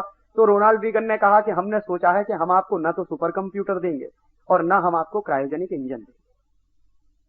अमेरिका की दो कंपनियां थी उस समय, एक थी IBM इंटरनेशनल बिजनेस मशीन, जो चाहती थी कि इंडियन गवर्नमेंट से कोई एग्रीमेंट अगर साइन हो जाए तो हमारा सुपर कंप्यूटर हिंदुस्तान में बिक जाए। कंपनी के मन में था, लेकिन रोनाल्ड रीगन ने कहा कि यह संभव नहीं। उसके बाद मैकडॉनल्ड डगलस चाहता था, मैकडॉनल्ड डगलस आज भी चाहता है कि हम हिंदुस्तान को अपना क्रायोजेनिक इंजन बेचें, लेकिन रोनाल्ड रीगन ने कहा कि यह भी संभव नहीं। तो बेचारे मुंह लटकाए हुए अमेरिका से वापस लौट आए। जो बेइज्जती हुई वॉशिंगटन में वो अलग हुई। यहां से बड़े तामझाम के साथ गए थे सुपर कंप्यूटर मांगने, क्रायोजेनिक इंजन मांगने, वहां से खाली हाथ लौट आए, और यहां आके एक दिन लिटरली CSIR के साइंटिस्टों की मीटिंग में रो पड़े कि मैं गया सुपर कंप्यूटर मांगने, क्रायोजेनिक इंजन मांगने, लेकिन मुझे नहीं मिला। तो हमारे यहाँ उस समय डॉक्टर एस के जोशी डायरेक्टर हुआ करते थे। मैं भी उस समय CSIR के एक रिसर्च प्रोजेक्ट में काम करता था। तो उन्होंने कहा कि हमने तो आपको पहले ही मना किया था कि अमेरिका कभी भी आपको कोई हाई टेक आइटम देने वाला नहीं है, आप क्यों गए थे अपनी बेइज्जती कराने। तो उन्होंने कहा आप कोई तो रास्ता निकालो। तो कुछ साइंटिस्टों ने उनको सुझाव दिया कि आप ऐसा करिए, रूस के साथ एग्रीमेंट कर लीजिए। रूस में एक एजेंसी है जिसका नाम है ग्लोब कॉस्मोस, उसके पास क्रायोजेनिक इंजन है, तो आपको क्रायोजेनिक इंजन शायद मिल जाएगा। तो रूस के साथ एग्रीमेंट साइन किया राजीव गांधी ने, और जैसे ही रूस के साथ एग्रीमेंट साइन हुआ और क्रायोजेनिक इंजन की डिलीवरी का टाइम आया तो अमेरिका ने फिर लंगड़ी मारी और रूस को ब्लैक लिस्टेड कर दिया। रूस बेचारा घबरा गया। तो रूस के प्रेसिडेंट साहब ने मना कर दिया कि अब हम भी आपको क्रायोजेनिक इंजन नहीं बेचेंगे। रूस ने मना कर दिया क्रायोजेनिक इंजन बेचने के लिए, अमेरिका ने पहले ही मना कर दिया क्रायोजेनिक इंजन बेचने के लिए। सुपर कंप्यूटर की बात तो ऐसे ही दफन हो गई। तो फिर क्या करना चाहिए। तो एक दिन हमारे कुछ साइंटिस्टों ने कहा कि आप ये जो कटोरा लेके भीख मांगते हैं, क्यों नहीं इंडियन साइंटिस्टों को कहते कि वो सुपर कंप्यूटर बनाए, क्यों नहीं इन साइंटिस्टों को कहते कि वो इस देश में क्रायोजेनिक इंजन बनाए। तो उनको भरोसा ही नहीं था कि इंडियन साइंटिस्ट ये बना सकते हैं। तो CSIR के लोगों ने उनको भरोसा दिलाया कि आप ये मत मानिए, इंडियन साइंटिस्ट उतने ही कॉम्पिटेंट हैं जितने अमेरिकन साइंटिस्ट हैं, बशर्ते कि उनको काम देने की जरूरत है और उनको प्रोटेक्शन देने की जरूरत है। तो डरते डरते उन्होंने CSIR को कहा कि ठीक है, अच्छा आप बना लीजिए भाई, अगर आपको लगता है तो CSIR का पूना में एक सिस्टर कंसर्न है CDAC, उनको दे दिया गया कि आप सुपर कंप्यूटर बनाइए। 3 साल में CDAC के वैज्ञानिकों ने रात दिन मेहनत करके हिंदुस्तान में सुपर कंप्यूटर बना दिया। और हिंदुस्तान में सबसे पहला सुपर कंप्यूटर बना परम, जो आज भी गर्व के साथ इस देश में चल रहा है। ये टेलीविजन पर ये आंखों देखा मौसम का हाल जो देखते हैं, वो 100% इंडिजिनस सुपर कंप्यूटर का कमाल है परम का, जो इस देश में बना है। और आज सिर्फ परम नहीं है, अभी मैं उस दिन पूना जाके आया 14 तारीख को, फोन पे मैंने बात की है, तो परम से आगे के 3 नए सुपर कंप्यूटर उन्होंने तैयार करके रखे हुए हैं और अगले साल वो काम करने शुरू करने जा रहे हैं। मैंने उनसे पूछा इनकी क्षमता कितनी है, तो उन्होंने कहा कि अमेरिका की किसी भी कंपनी के सुपर कंप्यूटर के मुकाबले हमारा कम नहीं है। 64,000 मेगाबिट्स के सुपर कंप्यूटर जो अमेरिकन कंपनियां इस समय बना रही हैं, वो CDAC के लोगों ने बना दिया 3 साल में। और दूसरी जानकारी मैं आपको दूं कि उसी CSIR का एक सिस्टर कंसर्न है जिसका नाम है DRDO, defence research development organisation. वहां के वैज्ञानिकों ने रात दिन मेहनत करके क्रायोजेनिक इंजन तैयार कर लिया है। हो सकता है दिसंबर के अंत तक आपको यह सूचना मिल जाए कि क्रायोजेनिक इंजन भी इस देश में बन गया। तो टेक्नोलॉजी कभी वहां से नहीं आती, टेक्नोलॉजी हर देश को अपनी बनानी पड़ती, और यह दुनिया का सबसे खरा सच है। आज के जमाने में टेक्नोलॉजी सबसे बड़ा हथियार है, इसलिए कोई देश किसी दूसरे देश को अपनी लेटेस्ट टेक्नोलॉजी कभी नहीं देता। वो ऐसी टेक्नोलॉजी आपको दे देंगे जो उनके लिए बेकार हो चुकी है। तो हिंदुस्तान में कभी भी अमेरिका और यूरोप की कंपनियों ने कोई हाईटेक आइटम नहीं दिया है। क्या दिया है हमको, उसके बदले में मैं आपको बताता हूं।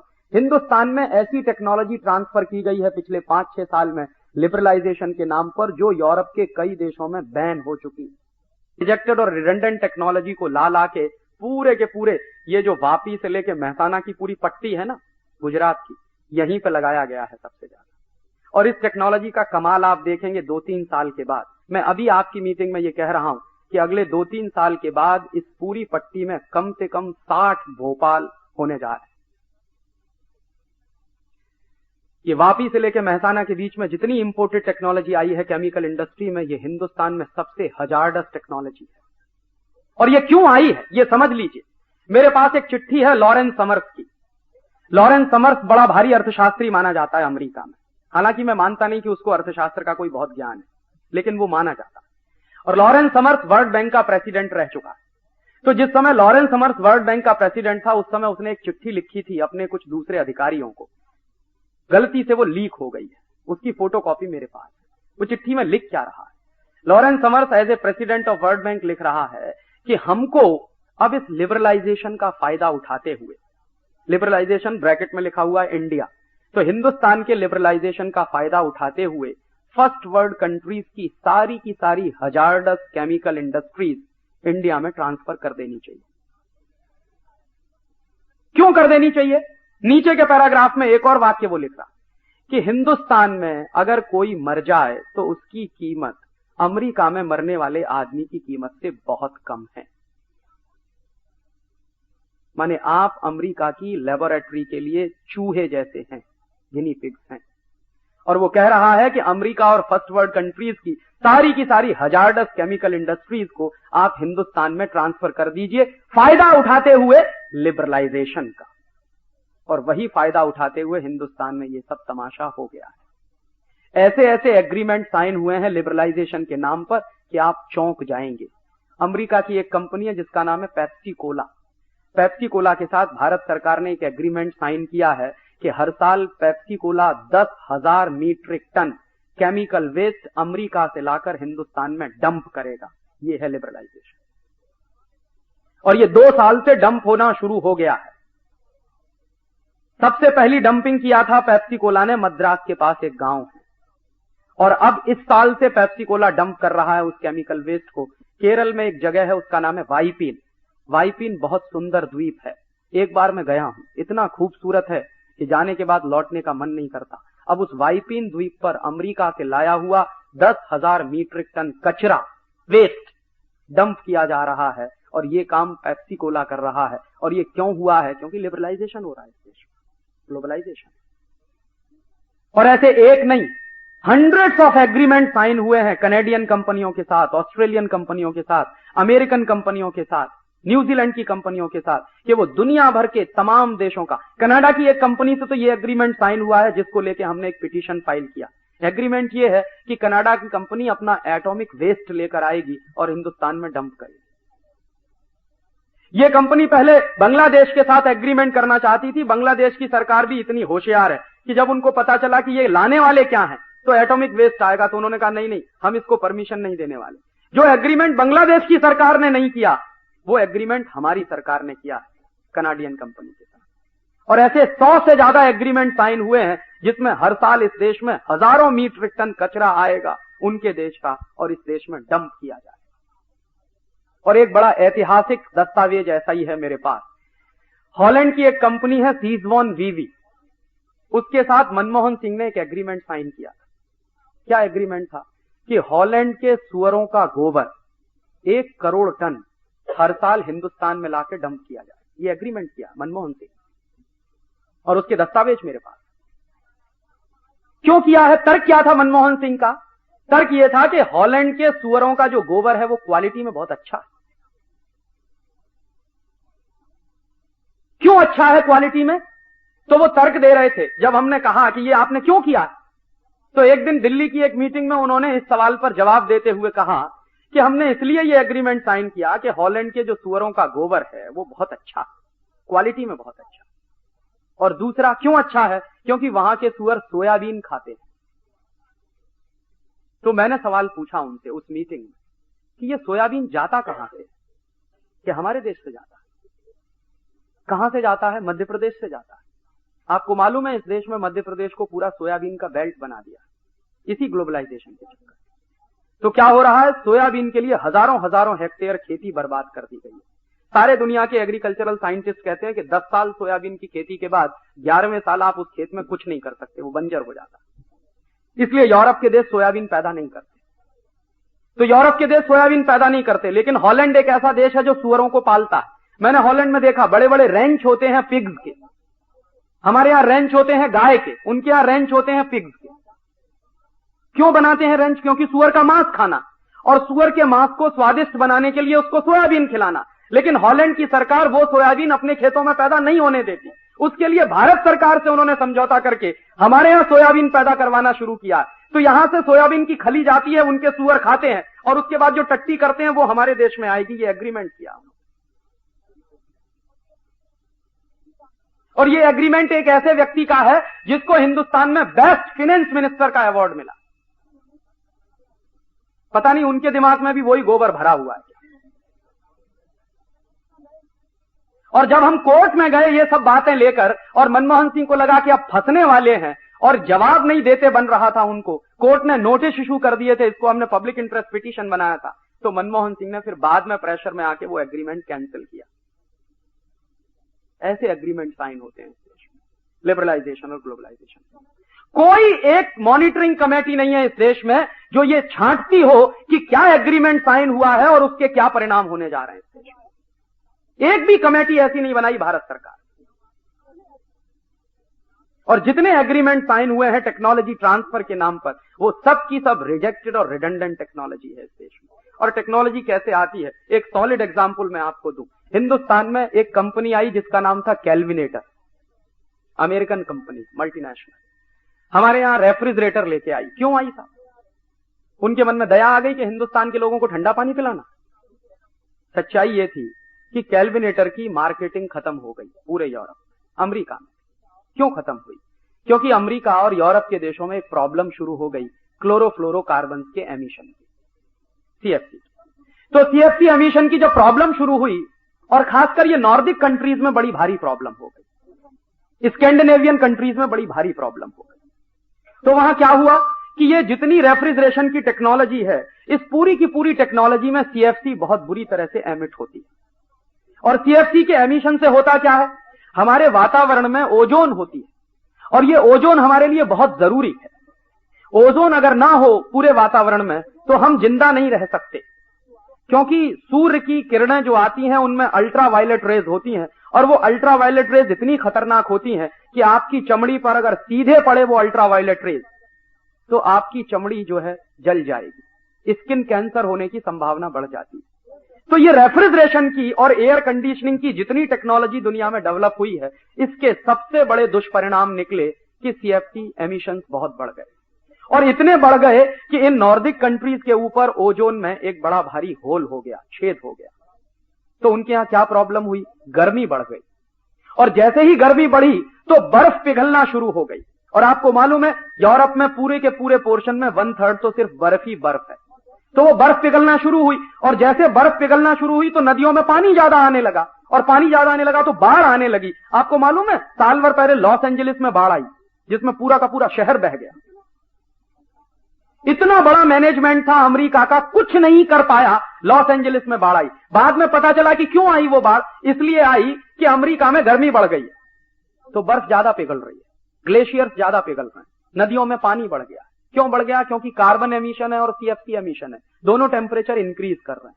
तो इन सारे देशों में एक भयंकर किस्म की घबराहट पैदा हुई, और उस घबराहट के चक्कर में इन्होंने क्या किया, इन 12-13 देशों ने, जो अमीर देश माने जाते हैं, एक समझौता कर लिया।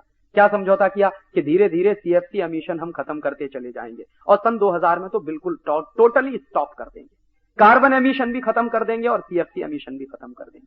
तो संकट हुआ कि सीएफसी एमिशन करने वाली टेक्नोलॉजी का क्या होगा।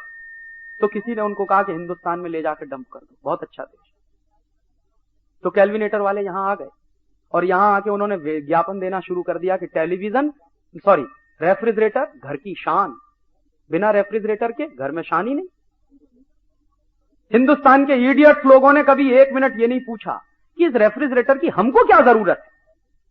यूरोप में, नॉर्डिक कंट्रीज में, स्कैंडिनेवियन कंट्रीज में रेफ्रिजरेशन का सिस्टम आया क्यों?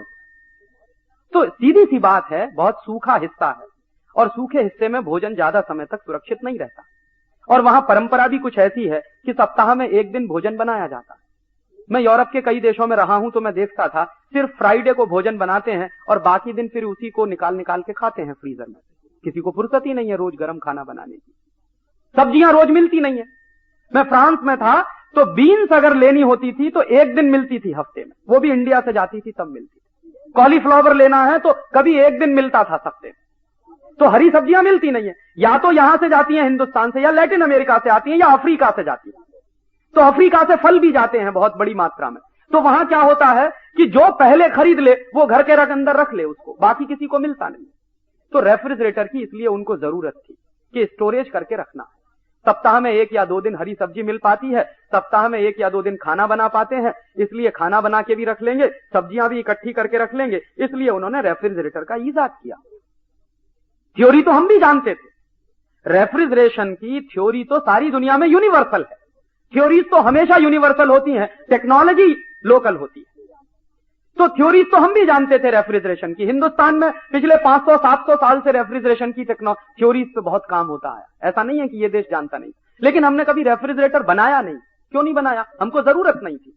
क्यों नहीं जरूरत थी? रोज इस देश में सवेरे भी ताजी सब्जी लीजिए, शाम को भी मिल जाएगी। और मेरे अपने शहर में तो 3 टाइम मिलती है, सवेरे अलग मिलती है, दोपहर को अलग मिलती है, शाम को अलग मिलती है। और दूसरा एक और अद्भुत सिस्टम है, रोज गरम गरम मेरी मां मुझको रोटी बना के खिलाती है। यूरोप में कभी कोई मां नहीं खिलाती अपने बच्चे को गरम गरम रोटी, जानता भी नहीं है कोई रोटी बनाना। तो उनकी प्रॉब्लम थी, इसलिए उन्होंने रेफ्रिजरेटर का ईजाद किया। हम काहे के चक्कर में फंस गए जो हमने अपने घर में खरीद के उसको रख लिया। तो ये क्या होता है कि टेक्नोलॉजी आपकी जरूरत की नहीं है, लेकिन वो टेक्नोलॉजी आपकी जबरदस्ती जरूरत बनाई जाती। और उन्होंने आपके यहां रेफ्रिजरेटर को जरूरत बना के पेश किया, क्योंकि उनको रेफ्रिजरेटर आपके यहां डंप करना था। उनको अपने यहां सीएफसी की प्रॉब्लम से छुटकारा पाना था, उनको अपने यहां एमिशन की प्रॉब्लम से छुटकारा पाना था, इसलिए आपके देश में लाके रेफ्रिजरेटर डंप किया। और वो डंप होने वाली चीज बिकेगी कैसे, तो उसके लिए हैवी एडवर्टीजमेंट उन्होंने किया। और वो एडवर्टीजमेंट बड़े जबरदस्त तरीके से एक एक आदमी के चुभोया जाता था। कैसे चुभोया जाता था, आपका घर कुछ भी नहीं है अगर उसमें रेफ्रिजरेटर नहीं। और रोज रोज रात दिन कोई अगर आपको ऐसे ही कोचे कि आपका घर कुछ नहीं है अगर आपके घर में रेफ्रिजरेटर नहीं है, आपका घर बहुत रद्दी है अगर आपके घर में रेफ्रिजरेटर नहीं है, तो घर की शान बढ़ाने के लिए एक न एक दिन तो आप ले ही आएंगे, क्योंकि रोज रोज यही सुन रहे। और वो हम ले आए हमारे घर में, हमको मालूम नहीं कि हम उसका क्या इस्तेमाल करें, क्योंकि वो टेक्नोलॉजी इंडियन नहीं है, टेक्नोलॉजी यूरोपियन है। थ्योरीज हो सकती है इंडियन यूरोपियन एक जैसी, लेकिन टेक्नोलॉजी तो इंडियन यूरोपियन एक जैसी होती नहीं। उनको जरूरत थी, उन्होंने वैसी टेक्नोलॉजी बनाई, हमको जरूरत नहीं थी, हमने वैसी टेक्नोलॉजी नहीं बनाई। अब जब फ्रिज आ गया हमारे घर में, तो देखिए पूरा घर कैसे बदलता।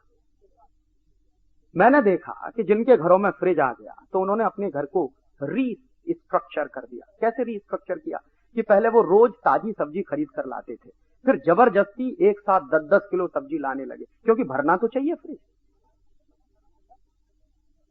और ला के भरने लगे उसमें। फिर क्या हुआ, इस देश में बड़ा अच्छा शुद्ध पानी मिलता था माटले का, तो जबरदस्ती माटला बंद करके रेफ्रिजरेटर में पानी रखना चाहिए। हिंदुस्तान में शायद बहुत इडियोटिक लोग मिलेंगे जो प्लास्टिक की बोतल में पीने का पानी भर के रखते हैं रेफ्रिजरेटर के अंदर। दुनिया में सबसे रद्दी चीज है प्लास्टिक। यूरोप के तो कई देशों में प्लास्टिक बैन होने जा रहा है, जापान ने तो पहले ही बैन कर दिया। 5-6 साल से जापान में प्लास्टिक की चीजों का उत्पादन लगातार कम किया जा रहा है। और वहां जापान में एक नियम है कि कोई भी खाने पीने की चीज प्लास्टिक पैकिंग में नहीं होनी चाहिए। सरकार ने बाकायदा नोटिफिकेशन जारी कर दिया। हमने क्या किया, क्योंकि फ्रिज आ गया है घर में, तो फ्रिज का इस्तेमाल भी होना चाहिए। हमको मालूम नहीं है कि इसका सही इस्तेमाल क्या है, तो पानी भी उसमें रखना चालू कर दिया। अब प्लास्टिक की बोतल में पानी रखा हुआ, मेहमान आया, साहब पानी पिएंगे, तो सीधे बोतल निकाल के उसके सामने पेश कर दिया। ये नहीं कि पानी को गिलास में डाल के पेश करें, बोतल निकाल के पेश करेंगे, ताकि पता तो चले कि हमारे घर में फ्रिज है। अगर गिलास में भर के ले जाएंगे तो पता नहीं माटले का है कि फ्रिज का है, पता ही नहीं चलेगा मेहमान को। और सारी दुनिया के साइंटिस्ट कहते हैं, मेडिकल साइंस के एक्सपर्ट कहते हैं कि फ्रिज का पानी एक ही काम करता है, कॉन्स्टिपेशन बढ़ाता है। यूरोप और अमेरिका में मैं जितने दिन देखा रहा, मैंने हर तीसरे चौथे आदमी को कॉन्स्टिपेशन का मरीज पाया। और अभी तो उनकी जो फिगर्स आए हैं, लेटेस्ट फिगर, वो तो चौंकाने वाले हैं। 90% पॉपुलेशन यूरोपियन ब्लॉक में कॉन्स्टिपेशन का शिकार है। और इतना जबरदस्त कॉन्स्टिपेशन वहां होता था। मैं जहां रहता था यूरोप में, तो मैं देखता था 4-4 दिन 5-5 दिन संडास नहीं होती लोगों को।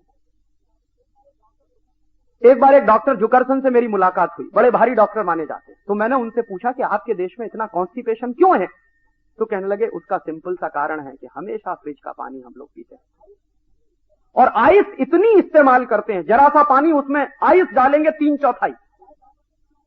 चाहे पेप्सी पीना हो, कोका पीना हो, तो 3/4 उसमें आइस के क्यूब्स होंगे और मुश्किल से 1/4 उसमें कोका या पेप्सी या कोई सॉफ्ट ड्रिंक होगा या हार्ड ड्रिंक होगा, कुछ भी होगा।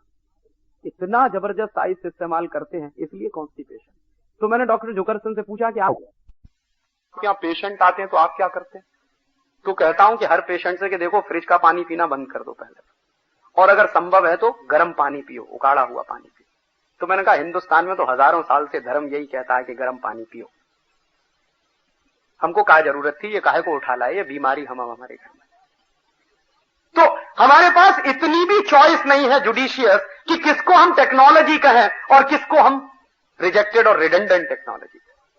और सच्चाई यह है कि जो चीज यूरोप में रिजेक्ट हो जाती है, जो वहां रिडंडेंट घोषित कर दी जाती है, उसी को उठा के हिंदुस्तान में इस्तेमाल करना चालू कर देते हैं। और आज का ताजा उदाहरण दूं, ये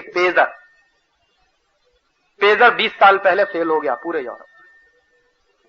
क्यों फेल हो गया?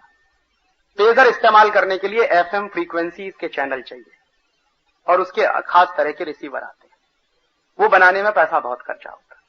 यूरोप के देशों ने देखा कि पेजर इस्तेमाल करते हैं तो नेशनल जो कॉस्ट है वो बहुत बढ़ रही है। यूरोप के देशों ने धीरे धीरे पेजर से छुट्टी पाई। हमारे यहां वो एफएम फ्रीक्वेंसी के चैनल्स इस देश में इंपोर्ट कर लिए एक सरकार ने, नरसिम्हा राव की सरकार। अब वो आ गए, काम क्या करें मालूम नहीं, पड़े हुए थे। तो इस देश में एक बड़े अद्भुत व्यक्ति थे, उनका नाम लेने की जरूरत नहीं, उन्होंने प्राइम मिनिस्टर को सजेशन दे दिया कि ये जो आ गए हैं इनका कुछ तो करिए, जंग लग रही है, तो कुछ पेजर वेजर चालू कर दीजिए।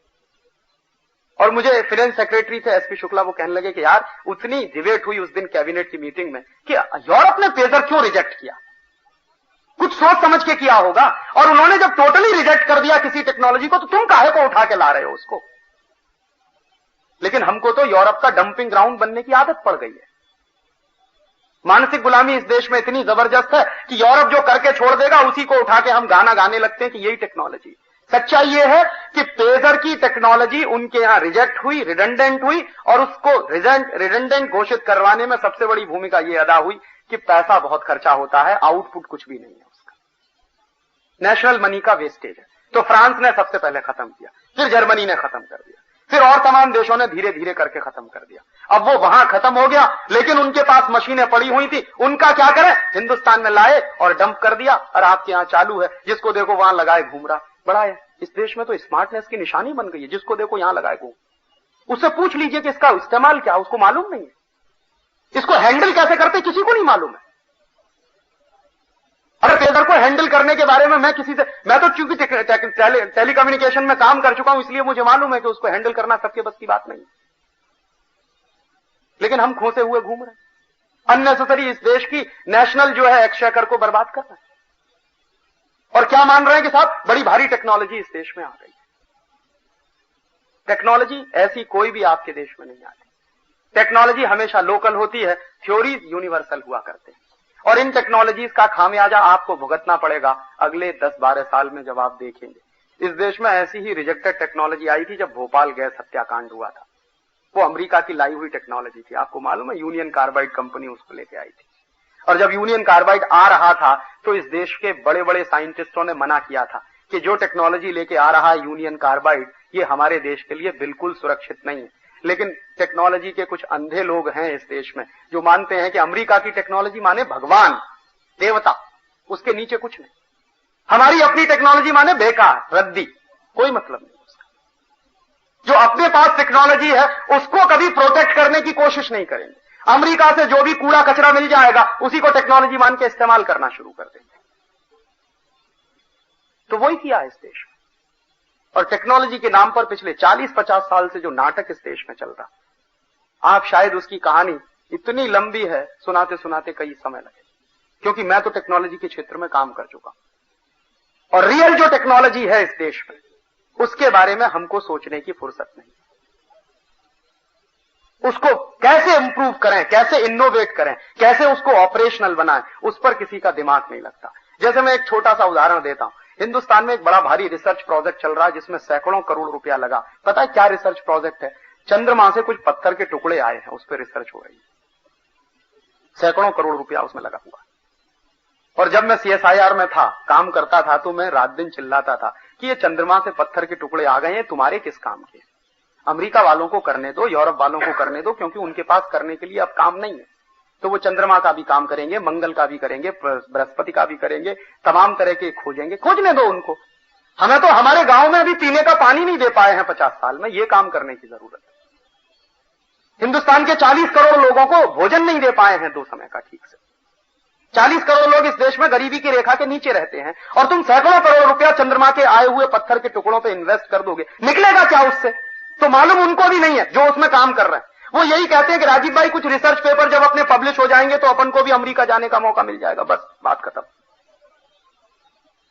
हिंदुस्तान का बेड़ा गर्क होता हो जाने तो हमको अमेरिका जाने का मौका मिल जाएगा, चंद्रमा के पत्थर के टुकड़ों पर रिसर्च करके। और मैं उन्हीं दिनों में CSIR में चिल्लाया करता था, मैं ये कहता था कि जितने सैकड़ों 120 या 135 करोड़ रुपए का कुछ प्रोजेक्ट है, तो इतने करोड़ रुपए बर्बाद करके तुम जो रिसर्च कर रहे हो, अगर ये रुपया तुम हिंदुस्तान में गोबर गैस का प्लांट लगाने पर खर्च करो तो गांव गांव में ईंधन की समस्या हल हो जाए। वो नहीं करेंगे। चंद्रमा से आए हुए पत्थर के टुकड़े पर रिसर्च करेंगे, गांव गांव में ईंधन की समस्या हल हो जाए, ऐसी कोई रिसर्च करनी हो तो नहीं करेंगे। एक दिन मैंने मीटिंग में कहा तो हंसने लगे सब। मैंने कहा कि आपको मालूम है हिंदुस्तान में टोटल ट्रांसपोर्टेशन ऑफ गुड्स की क्या हालत है? हमारे साइंटिस्टों का दिमाग कैसे चलता है जरा देखिए। इसी तरह से फाइनेंस मिनिस्टर्स का दिमाग चलता। इस देश में दिमाग जो है ना पूरी तरह से गुलाम है। तो गुलाम दिमाग जो है नई चीज नहीं सोचता, जो गुलामी की बातें हैं वही सोचता। तो क्या सोचेगा? आप जानते हैं ऑयल पूल अकाउंट का डेफिसिट है, तो दिमाग क्या चल रहा है कि इस देश में कार का उत्पादन बढ़ाते चले जाओ। पेट्रोल की कमी है, डीजल की कमी है, कंजम्पशन इस देश में बढ़ता जा रहा, तो दिमाग कहां चल रहा है? सीएलओ भी बनवा दो, डेबू को भी ले आओ, तो फलाने को भी ले आओ, सबको लाइसेंस दे दो, फ्री कर दो, जितनी कार इस देश में आ सके मार्केट में आ जाए, जितने 2 व्हीलर्स आ सके आ जाए, जितने 3 व्हीलर्स आ सके आ जाए। पिछले 5-6 साल में इस देश में कारों का उत्पादन 3 गुना हो गया, लिबरलाइजेशन ग्लोबलाइजेशन के चक्कर में। और दूसरी तरफ हम बराबर देख रहे हैं कि हमारे पास पेट्रोल नहीं है, डीजल नहीं है, ये नहीं है, वो नहीं है, ये रोना रोना हमेशा रोते रहे। तो कर क्या रहे हैं कि बराबर ट्रांसपोर्टेशन के लिए आप 4 व्हीलर बनाते चले जाइए जो पेट्रोल खाते हैं, डीजल खाते हैं, कुछ खाते हैं। एक दिन मीटिंग चल रही थी तो मैंने कहा कि इसका उल्टा क्यों नहीं करते, कुछ ऐसी तरकीब क्यों नहीं सोचते कि पेट्रोल का कंजम्पशन कम हो, कुछ ऐसी तरकीब क्यों नहीं सोचते कि डीजल का कंजम्पशन कम हो। तो कहने लगे क्या आप उल्टी बात कर रहे हैं? मैंने कहा यही सीधी बात है।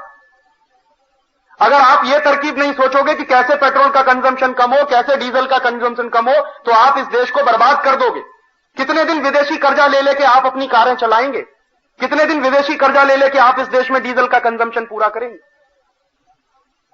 तो कहने लगे कैसे होगा? मैंने कहा आप एक सर्वे कराइए और हिंदुस्तान में पता करिए टोटल ट्रांसपोर्टेशन ऑफ गुड्स की क्या स्थिति। तो बेंगलोर में एक रिसर्च इंस्टीट्यूट है, उसके एक साइंटिस्ट बैठे हुए थे, उनको ये बड़ा अच्छा लग गया। उन्होंने कहा राजीव मैं इस पे काम करता हूं। मैंने कहा जरूर करिए। 1-1.5 साल उन्होंने बड़ा भारी काम किया, काफी सर्वे किया। सर्वे की रिपोर्ट आई और कही रिपोर्ट क्या है? रिपोर्ट यह है कि हिंदुस्तान में अभी भी गुड्स का ट्रांसपोर्टेशन जो है उसमें 60% बैलगाड़ी से है। 60% ट्रांसपोर्टेशन ऑफ गुड्स इस देश में बैलगाड़ी से होता है। 40% ट्रांसपोर्टेशन ऑफ गुड्स इस देश में या तो 4 पहिए वाली या रेलगाड़ी या हवाई जहाज से है। तो मैंने उनसे कहा, जो साइंटिस्ट साहब जिन्होंने काम किया, कछालकर साहब बड़े बारीक व्यक्ति हैं, अर्थशास्त्र भी थोड़ा जानते हैं, मैंने कहा मान लीजिए ये सारा का सारा बैलगाड़ी वाला गुड्स हम जो है हवाई जहाज से ले जाना चालू कर दें, या रेल से ले जाना चालू कर दें, या ट्रक से ले जाना चालू कर दें, तब क्या स्थिति होगी? तो उन्होंने सिंपल जो सेंटेंस मुझसे कहा कि राजीव तब इस देश का ऑयल पूल अकाउंट का डेफिसिट 70,000 करोड़ पे पहुंच जाएगा। अभी सिर्फ 20,000 करोड़ पे, फिर 70,000 करोड़ पे पहुंच जाए, और तब तुम्हारी पूरी की पूरी इकोनॉमी कोलैप्स कर जाएगी। तो वो रिपोर्ट आने के बाद फिर एक दिन सीएसआईआर की मीटिंग में मैंने कहा तो फिर ऐसी रिसर्च क्यों नहीं करते कि ये 60% ट्रांसपोर्टेशन ऑफ गुड्स जो बैलगाड़ी से हो रहा है ये 80% कैसे हो जाए? कहने लगे ये कैसे हो सकता? मैंने कहा सिंपल सा काम है, बैलगाड़ी के पहिए में बियरिंग लगा दो। लेकिन कहने लगे बैलगाड़ी के पहिए में बियरिंग तो लग सकती है लेकिन अमेरिका जाने का मौका नहीं है उसमें। हाँ, और ये मेरे देश के एक बड़े सीनियर साइंटिस्ट ने मुझको जवाब दिया कि बैलगाड़ी के पहिए में बियरिंग लग सकती है, ये बात तुम्हारी बराबर है, और शायद बियरिंग लग जाए तो बैलों के ऊपर बोझा कम पड़ेगा और उसी शक्ति में वो शायद 1.5 गुना या 2 गुना ज्यादा बोझा ढोकर ले जाएंगे। ये बात तुम्हारी सही है, लेकिन उसमें बियरिंग लगाने से मुझे क्या फायदा? मैं तो अमेरिका जा नहीं सकता। अमेरिका कब जाऊंगा? पेट्रोल पे कोई रिसर्च करूं, डीजल पे कोई रिसर्च करूं, ऑक्टेन नंबर उसका कुछ बढ़वा दूं, ये कर दूं, वो कर दूं, तब तो शायद अमेरिका जाने का मौका है। बैलगाड़ी के पहिए में बियरिंग लगाने में तो गांव में जाना पड़ेगा। ऐसे इस देश का दिमाग चलता है। सच में जो टेक्नोलॉजी है वो बैलगाड़ी के पहिए में है, और बैलगाड़ी के पहिए को अगर हम इंप्रूव कर दें तो हिंदुस्तान के ऑयल पूल अकाउंट के डेफिसिट को आप खत्म कर सकते हैं। वरना कारों की संख्या बढ़ा के, 2 व्हीलर्स की संख्या बढ़ा के, स्कूटर्स की संख्या बढ़ा के, मोटरसाइकिल की संख्या बढ़ा के आप तो डेफिसिट बढ़ाने ही जा रहे हैं। क्योंकि आप जानते हैं आपके देश में उतना प्रोडक्शन नहीं है पेट्रोल का। आप जानते हैं जितनी आपकी नीड्स हैं उसका मुश्किल से 40 से 50% आप प्रोड्यूस कर पाते, बाकी सारा का सारा आपको इंपोर्ट करना पड़ता। और शायद आप ये भी जानते होंगे कि हिंदुस्तान सरकार के जितने इंपोर्ट्स बिल हैं उसमें सबसे बड़ा इंपोर्ट जो है पेट्रोलियम प्रोडक्ट का ही है। हर साल हजारों करोड़ रुपया हमको बर्बाद करना पड़ता है, लेकिन ये रुक सकता है, रुकने के रास्ते भी हैं, ऐसा नहीं है कि रास्ते नहीं, लेकिन किसी को इंटरेस्ट नहीं। इंटरेस्ट क्यों नहीं है? क्योंकि अमेरिका जाने का मौका नहीं, हिंदुस्तान के गांव में जाना पड़ेगा, और गांव से सबको नफरत जैसी हो गई है कि गांव सुन के तो ऐसा लगता है जैसे कुछ अजीब सी शिवरिंग होने लगती है बहुत सारे लोगों को, तो गांव का नाम सुन। टेक्नोलॉजी जहां है और जिसको इनोवेट करने की जरूरत है, इंप्रूव करने की जरूरत है, वहां किसी का कोई ध्यान नहीं। इस देश में एक भी प्रोजेक्ट ऐसा नहीं चल रहा, शायद आप ये सुनकर आश्चर्य से पूछेंगे, CSIR की 44 नेशनल लेबोरेटरीज हैं इस देश में, 60,000 साइंटिस्ट उसमें काम करते हैं। एक भी साइंटिस्ट इस बात पे काम नहीं कर रहा है कि बैलगाड़ी के पहिए में बियरिंग कैसे लगाया जाए, एक भी साइंटिस्ट काम नहीं कर रहा, और सब हजारों हजारों रुपए तनख्वाह पा रहे हैं इस देश में। चंद्रमा से आए हुए पत्थर के टुकड़े पे तो काम चल रहा, लेकिन बैलगाड़ी के पहिए में कैसे बियरिंग लगा के आप उसको और ज्यादा इफिशिएंट बना सकते हैं, इस पे कोई काम इस देश में नहीं चल रहा। हमको मालूम ही नहीं है कि कौन सी टेक्नोलॉजी पे हमें काम करना चाहिए, कौन सी टेक्नोलॉजी पे काम नहीं करना चाहिए इस देश में। और कई बार टेक्नोलॉजी के नाम पर इतना बड़ा धोखा आपके साथ होता है। इस देश में ड्रग्स एंड फार्मास्यूटिकल का जितना बड़ा सेक्टर है, ये तो हाईटेक एरिया माना जाता है ना, और आपको शायद मालूम नहीं है कि आप जितनी दवाएं खाते हैं उसमें 90% जो है, जो दवाएं सारी दुनिया में बैन कर दी गई हैं, रिजेक्ट कर दी गई हैं, उन्हीं दवाओं को लाकर मल्टीनेशनल्स आपके देश में बेच देती। जिन दवाओं को A क्लास का पॉइजन डिक्लेयर किया गया है, वो दवाएं आपके देश में धड़ल्ले से बिक रही हैं, जैसे ब्रूफेन। ब्रूफेन A क्लास का पॉइजन है, ब्रूफेन खाइए तो किडनी भी डैमेज होती है, लीवर भी डैमेज होता है, ये बात सारे डॉक्टर कहते हैं, लेकिन इस देश में धड़ल्ले से ब्रूफेन बिक रहा है। जरा भी कहीं आपके शरीर में दर्द हो जाए, तुरंत डॉक्टर आपको प्रेस्क्राइब कर देगा, ब्रूफेन खा लीजिए। और इसमें सच्चाई क्या है? टेक्नोलॉजी के लेवल पे अगर आप उसकी गहराई में जाएं, तो जहां भी आपके दर्द है शरीर में, उस दर्द को खत्म करने के लिए शायद मुश्किल से 1 मिलीग्राम ब्रूफेन की जरूरत पड़ती, मुश्किल से, मैक्सिमम। लेकिन आपको दी जाती है जो टैबलेट, वो 400 mg की होती, 250 mg से नीचे तो ब्रूफेन की कोई टैबलेट बनती नहीं। All India institute of medical science में मेरा एक दोस्त था जो मेरे साथ BSc में पढ़ता था, बाद में वो बायो ग्रुप में चला गया और डॉक्टर हो गया, बड़ा भारी डॉक्टर है इस समय वहां। वो काफी कुछ बेसिक रिसर्च का काम करता है। तो एक दिन मैंने उससे पूछा कि ये बताओ कि अगर मुझे शरीर में 1 mg की ब्रूफेन की जरूरत है मेरे पेन को खत्म करने के लिए, और मैं खाता हूं 400 mg की टैबलेट, तो क्या होगा? तो उसने कहा सिंपल सी बात है, 399 mg जो तुम्हारे शरीर में चला गया, ये कहीं ना कहीं कुछ ना कुछ गड़बड़ करेगा, लेकिन तुम्हारा डॉक्टर तुमको बताएगा नहीं कि वो जो एक्स्ट्रा चला गया वो क्या गड़बड़ करने वाला। और वो गड़बड़ जब शुरू हो जाएगी तो तुम दोबारा वापस डॉक्टर के पास जाओगे कि डॉक्टर साहब अब मेरा किडनी फेल होने लगा या लीवर डैमेज कर रहा है, तो डॉक्टर कहेगा अच्छा ठीक है, दूसरी टैबलेट फिर ले जाओ।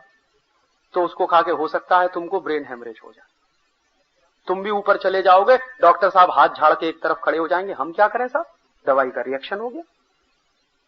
कोई अकाउंटेबिलिटी नहीं है उनके ऊपर, उनकी दी हुई दवा से मरीज मरता, मर जा, उनसे क्या लेना देना, उनको तो अपनी फीस से मतलब है, उनको अपने पैसे से मतलब।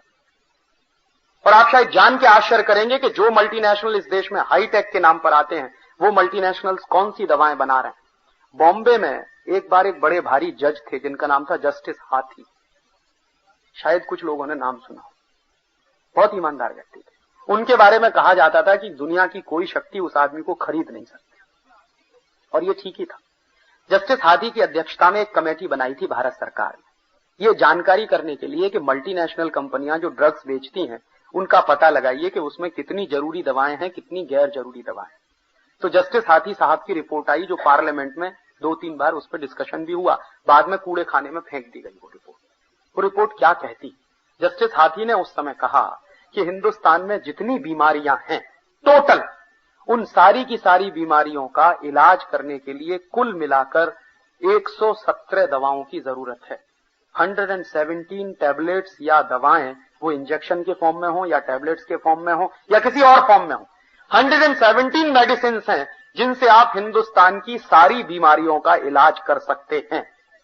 लेकिन उसी में उन्होंने कहा कि मुझे बड़े दुख के साथ कहना पड़ रहा है कि इस देश में 84,000 मेडिसिन बिक रही हैं, जो सब की सब बेकार है, जिनकी कोई जरूरत नहीं। और ऐसी बेकार की दवाएं ही आपको प्रेस्क्राइब की जाती हैं। और उसमें उन्होंने कहा कि नॉर्मली हर डॉक्टर जो प्रेस्क्रिप्शन लिखता है उसमें एक ही दवा काम की होती है, 10 दवाएं आपके लिए बेकार हैं जिनका कोई मतलब नहीं। लेकिन दवा का बिल बने और डॉक्टर का ज्यादा असर पड़े आपके ऊपर। इस देश में तो कुछ ऐसा मानस बना है ना कि सब्जी की तरह से दवाएं खाएं तो बड़े स्मार्ट हैं, और कम से कम दवा खाएं तो बेकार है आप, कोई मतलब नहीं आपकी जिंदगी का। जिस डॉक्टर के पास जाएं अगर 500 रुपए की फीस ले तो बहुत बड़ा डॉक्टर है, और 10 रुपए की फीस में आपकी बीमारी ठीक कर दे, आपको भरोसा ही नहीं होगा कि ये भी कोई कायदे का डॉक्टर। तो उन्होंने एक ऐसा विशियस सर्किल बना दिया है जिसमें आप खाते रहिए रिडंडेंट दवाएं, बेकार की दवाएं जिनकी कोई जरूरत नहीं है। WHO कितनी बार कह चुका है कि हिंदुस्तान में 72,000 से ज्यादा दवाओं को तो तुरंत बैन कर देना चाहिए, 72,000 मेडिसिन को तत्काल बैन कर देना चाहिए, लेकिन कोई सुनने वाला नहीं। क्यों? क्योंकि मल्टीनेशनल्स उन दवाओं को बेच रहे हैं। मानस में ऐसा बैठा हुआ है कि मल्टीनेशनल तो देवता है, भगवान है, वो लाएंगे तो सारी दवाएं अच्छी ही होने वाली। और आपको मालूम नहीं है कि जो दवाएं वो बेच रहे हैं वो दवाएं उनके अपने देश में बैन की हुई हैं। हेक्स कंपनी हिंदुस्तान में जितनी मेडिसिन बेचती है वो एक भी मेडिसिन जर्मनी में बिकती नहीं। बायर जितनी मेडिसिन इस देश में बिकती है वो एक भी मेडिसिन बायर की ना तो जर्मनी में बिकती है ना अमेरिका में बिकती है। सैंडोज और सीवागाई ये दोनों कंपनियां जितनी मेडिसिन इस देश में बिकती हैं, एक भी मेडिसिन उनके अपने स्विस कंट्रीज में बिकती नहीं। अमेरिकन लेबोरेटरी जितनी मेडिसिन इस देश में बिक रही है, जॉनसन एंड जॉनसन जो भी मेडिसिन इस देश में बेचता, पार्क डेविस जो भी मेडिसिन इस देश में बेचता, वो अमेरिका में नहीं बिकती, बैन है। सारे के सारे कॉम्बिनेशन जो क्लोरमफेनिकोल स्ट्रेप्टोमाइसिन के कॉम्बिनेशन जो जितनी अमेरिकन कंपनियां बनाती हैं वो दुनिया के तमाम देशों में बंद है, लेकिन हमारे देश में धड़ल्ले से बिक रहा है। जापान में अभी 3 साल पहले वहां की सरकार ने पैरासीटामोल बैन किया, क्योंकि पैरासीटामोल खा के जापान में करीब 1.5 लाख बच्चे अपंग हो गए, पोलियो के शिकार हो गए। तब से वहां पैरासीटामोल बैन है। यहां क्या है, हर छोटे बच्चे को बुखार में आप ले जाइए डॉक्टर के पास, तुरंत लिख देगा पैरासीटामोल खा लीजिए। ये टेक्नोलॉजी, दुनिया भर का जहर आपके यहां लाके डंप कर रहे हैं और आपको मालूम नहीं, आपकी मौत के साथ खेल रहे हैं। और जो टैबलेट का मुश्किल से बनाने में 5 पैसे का खर्चा आता है, वो टैबलेट बाजार में 2.5 रुपए की, 2 रुपए 80 पैसे की, 3 रुपए की बिकती है। 5 पैसे का कॉस्ट ऑफ प्रोडक्शन है ब्रूफेन का। 5 पैसे में बनने वाली ब्रूफेन 2.5 रुपए, 2.25 रुपए, 4 रुपए, और कभी कभी ब्लैक मार्केटिंग हो जाए तो और भी बड़े स्तर पर बिकती है। और आपको शायद अंदाजा हो, आप तो चार्टर्ड अकाउंटेंट्स हैं, आप कभी एक होमवर्क करिए, कुछ रिसर्च का काम करिए कि ड्रग्स एंड फार्मास्यूटिकल में काम करने वाली कंपनियों के प्रॉफिट परसेंटेज थाउजेंड्स ऑफ 1000% में है। 10, 20, 50% के मुनाफे नहीं है, हजारों प्रतिशत के मुनाफे। जो दवाएं 15, 20 रुपए किलो में बनती हैं, उन दवाओं से जब गोलियां तैयार होती हैं तो 200 mg, 250 mg की टैबलेट 2.5 रुपए की, 3 रुपए की बिकती है। और दवा तैयार होती है 15-20 रुपए में 1 किलोग्राम। बेसिक मेडिसिन तैयार हो जाती है 15-20 रुपए में 1 किलोग्राम। उससे टैबलेट बना के बेच देते हैं 2.5 रुपए में, 3 रुपए में 1 टैबलेट। कितने प्रॉफिट परसेंटेज है, आपको कुछ अंदाजा नहीं है शायद। मैं तो इस काम में लगा हुआ हूं तो मैं जानता हूं कि आप शायद चुन के आश्चर्य करेंगे कि हजारों प्रतिशत के मुनाफे हैं इस ड्रग्स एंड फार्मास्यूटिकल के सेक्टर। हजारों करोड़ रुपया इस देश का बर्बाद हो रहा, और आप खा रहे हैं ऐसी जहर दवाएं जिनकी कोई जरूरत नहीं। इस देश में कितने न्यूट्रिशनल एक्सपर्ट्स हैं जो कहते हैं कि boost, Horlicks, Maltova, Complan, Bournvita, इसमें किसी में भी कोई शक्ति नहीं। आप चाहें तो 100 बूस्ट के पैकेट खा लीजिए, अपने बच्चों को खिला दीजिए, कोई शक्ति नहीं बढ़ने वाली। हॉर्लिक्स के 1000 पैकेट खत्म कर दीजिए, कोई शक्ति नहीं बढ़ने वाली है, कुछ नहीं। बूस्ट क्या है? मूंगफली की खली है, गुजराती में जिसको आप मूंगफली की खड़ कहते हैं। मूंगफली का खड़ बाजार से खरीद लाइए, 15-20 रुपए किलो में मिल जाएगा, और वही बूस्ट के नाम पर बिकता है 180-200 रुपए किलो का। हॉर्लिक्स में क्या है? कुछ नहीं है, चने का सत्तू, जौ का सत्तू। अंग्रेजी में कहें तो मॉल्ट का माने ही होता है जौ का सत्तू, चने का सत्तू। लेकिन अगर मैं कहूं किसी से कि जौ का सत्तू खाइए, चने का सत्तू खाएंगे, क्या फालतू की बात कर रहे हैं। हम पढ़े लिखे स्मार्ट आदमी हैं, जौ का सत्तू खाएंगे, चने का सत्तू खाएंगे। उनसे कहिए हॉर्लिक्स खाइए, हाँ हम सब खाएंगे। और उस पर बिल्कुल साफ साफ लिखा हुआ इट इज मॉल्टेड। मॉल्ट माने ही होता जौ का सत्तू और चने का सत्तू। लेकिन पढ़े लिखे इडियट्स इस देश में बहुत है। और उनकी वजह से इस देश में मार्केटिंग है मल्टीनेशनल का। क्यों बिकता है कॉम्प्लॉन? इसलिए नहीं बिकता है कि उसमें कोई टेक्नोलॉजी है, हाई टेक है, या उसमें कोई शक्ति बिकती मिलती है। वो इसलिए बिकता है कि टेलीविजन पे एक बच्चा कहता I am a Complan boy, तो एक छोटी सी बच्ची कहती है I am a Complan girl. और कॉम्प्लॉन क्या है? टिन का डिब्बा। जरा बताइए, टिन के डिब्बा के भी बेटा बेटी हो सकते हैं? 100% इडियोसिटी पे बिकता है कॉम्प्लॉन। ना कोई शक्ति है, ना उसमें कोई टॉनिक है। और ये सारे के सारे बेकार के हेल्थ टॉनिक खा खा के हर साल 1000 करोड़ रुपए हिंदुस्तान से हम बाहर भेज रहे हैं। 4,500-5 हजार करोड़ ड्रग्स एंड फार्मास्यूटिकल की वो सारी दवाएं खा के बेच रहे हैं जो दवाएं जहर हैं, और ऊपर से 1000 करोड़ रुपया ये हेल्थ टॉनिक्स खा के बेच रहे हैं। जैसे ईस्ट इंडिया कंपनी हमको लूटा करती थी, उससे कई हजार गुनी ज्यादा लूट इस समय चल रही है। यही है ग्लोबलाइजेशन, यही है लिबरलाइजेशन। और ये ग्लोबलाइजेशन और लिबरलाइजेशन बहुत खूबसूरत तरीके से पहले भी चल चुका है। ऐसा नहीं है कि ये देश में पहली बार चल रहा है, अंग्रेजों ने यही चलाया था। आपको शायद आश्चर्य होगा ये जान के कि ये फ्री ट्रेड शब्द इस देश के लिए नया नहीं है। फ्री ट्रेड शब्द इस देश में सन 1813 से चलता रहा है। 1813 में हाउस ऑफ कॉमन्स में ब्रिटेन में डिबेट चल रही है, और वो डिबेट क्या है कि हिंदुस्तान में फ्री ट्रेड करना है। तो एक एमपी को एक दूसरा एमपी सवाल पूछता है कि what do you mean by free trade? तो विल्बरफोर्स नाम का एक एमपी है जो बड़ा भारी एमपी माना जाता है उस जमाने में, जिसको father of the Victorian people भी कहते। तो विल्बरफोर्स जवाब दे रहा हाउस ऑफ कॉमन्स में सन 1813 में कि फ्री ट्रेड का माने ब्रिटिश गुड्स का हिंदुस्तान के पूरे मार्केट में भर जाना। फ्री ट्रेड का माने इंडियन कंपनीज का ब्रिटेन की कंपनियों का सबजुगेटेड हो जाना। फ्री ट्रेड का माने इंडिया का कोई भी माल ब्रिटेन के बाजार में नहीं बिकना, ब्रिटेन का सारा माल हिंदुस्तान के बाजार में बिकना। फ्री ट्रेड का माने हिंदुस्तान का सारा रॉ मेटीरियल कच्चा माल ब्रिटेन में आए तो मुफ्त में आए, और उसी से पक्का माल बनकर जाए हिंदुस्तान में बिके, और उसका मुनाफा ब्रिटेन में आए। ये फ्री ट्रेड। ये डेफिनेशंस हैं फ्री ट्रेड की ब्रिटिशर्स लोगों की, और उन्हीं डेफिनेशंस के आधार पे उन्होंने हिंदुस्तान में काम किए हैं। क्या क्या काम किए हैं? हिंदुस्तान में फ्री ट्रेड चलाया अंग्रेजों ने हिंदुस्तान की इंडस्ट्री को खत्म करने के लिए। और 1813 में तो कंपनी सरकार यहां चलती थी, तो उसकी मदद से उन्होंने चलाया। हाउस ऑफ कॉमन्स की जो डिबेट्स मेरे पास हैं, जो ब्रिटेन के दस्तावेज मेरे पास हैं, उन पर से जो बात समझ में आ रही है वो ये कि उस जमाने में ब्रिटेन की सरकार का 1 पॉइंट प्रोग्राम है कि हिंदुस्तान की इकोनॉमी को कोलैप्स कराना है किसी भी तरीके से। तो उसके लिए क्या क्या किया है उन्होंने? 1813 की डिबेट के बाद कुछ फैसले हुए हैं, जिन फैसलों के आधार पर इस देश में टैक्सेशन का सिस्टम अंग्रेजों ने डेवलप किया। सबसे पहला टैक्स इस देश में central excise and salt tax लगाया। क्यों? तो ब्रिटिश पार्लियामेंट में उसकी जो डिबेट चल रही है कि हिंदुस्तान में हमको एक्साइज लगाना है। क्यों लगाना है? ताकि Indian businessman, Indian industrialist British कंपनियों के सामने खड़े नहीं हो सके, क्योंकि ब्रिटेन की कंपनियों का माल टैक्स फ्री।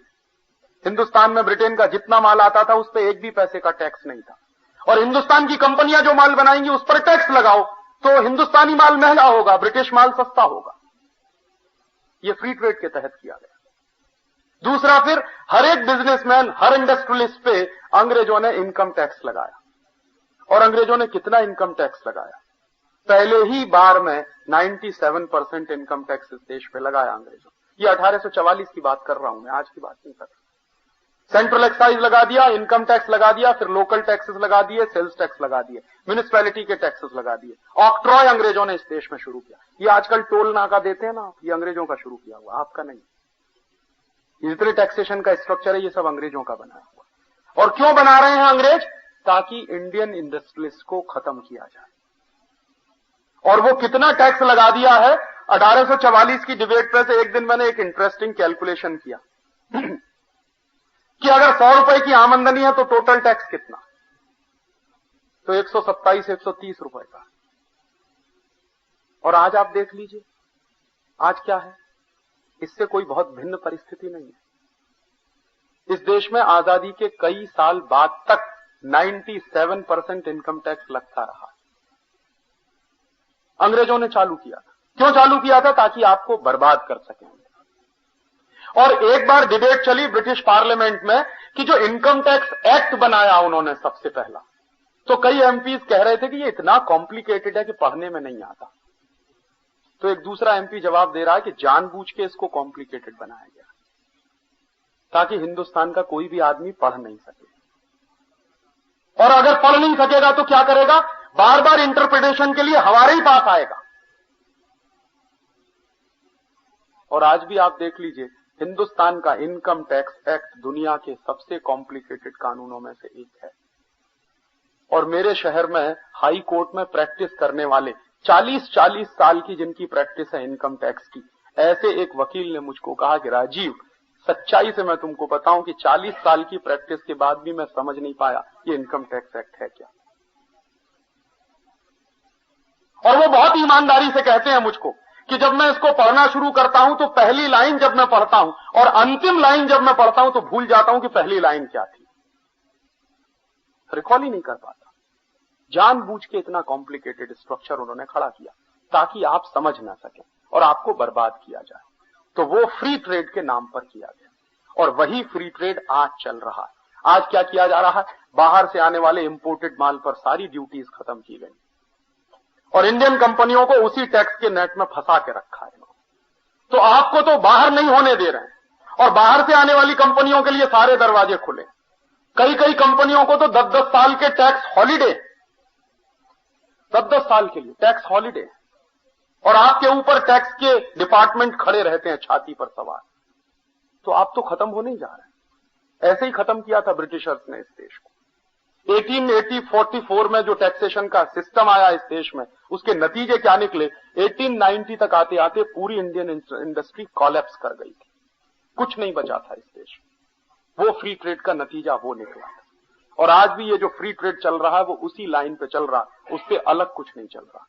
आप इसको मानते हैं कि ये न्यू इकोनॉमिक पॉलिसी है, ये ओल्ड इकोनॉमिक पॉलिसी है अंग्रेजों के जमाने की, इसमें नयापन कुछ भी नहीं।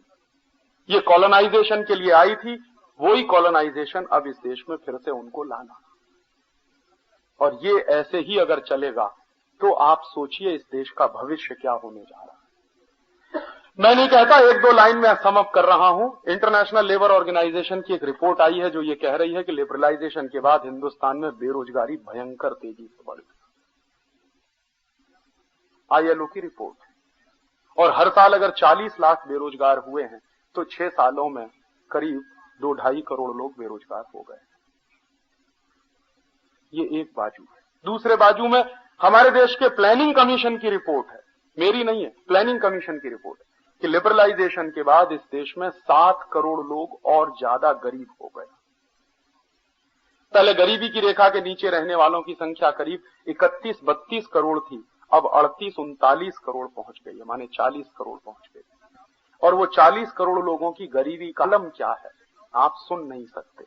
उनमें से 5 करोड़ लोग इतने गरीब हैं कि एक दिन में 50 पैसा खर्च नहीं कर सकते, और 10 करोड़ लोग इतने गरीब हैं कि एक दिन में 1 रुपया नहीं है उनके पास खर्च करने के लिए, और 15 करोड़ लोगों के पास एक दिन में खर्च करने के लिए 5 रुपया नहीं है। ये लिबरलाइजेशन किसके लिए हो रहा है?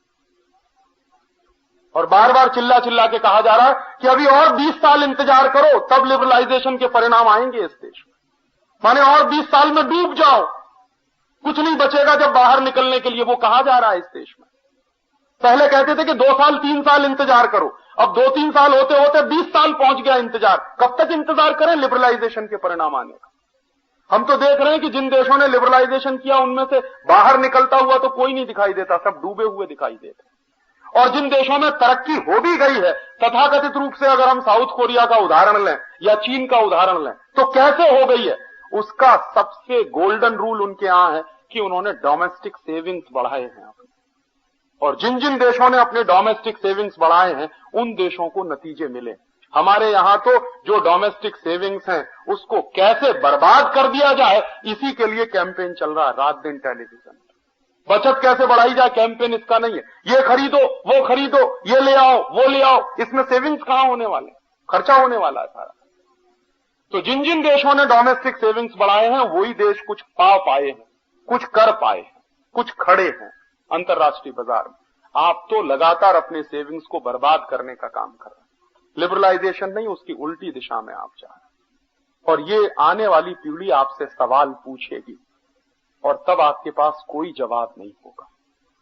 इसलिए आपकी जिम्मेदारी बनती है कि आने वाली पीढ़ी आपसे सवाल पूछे कि आप क्या कर रहे थे जब ये सब चल रहा था।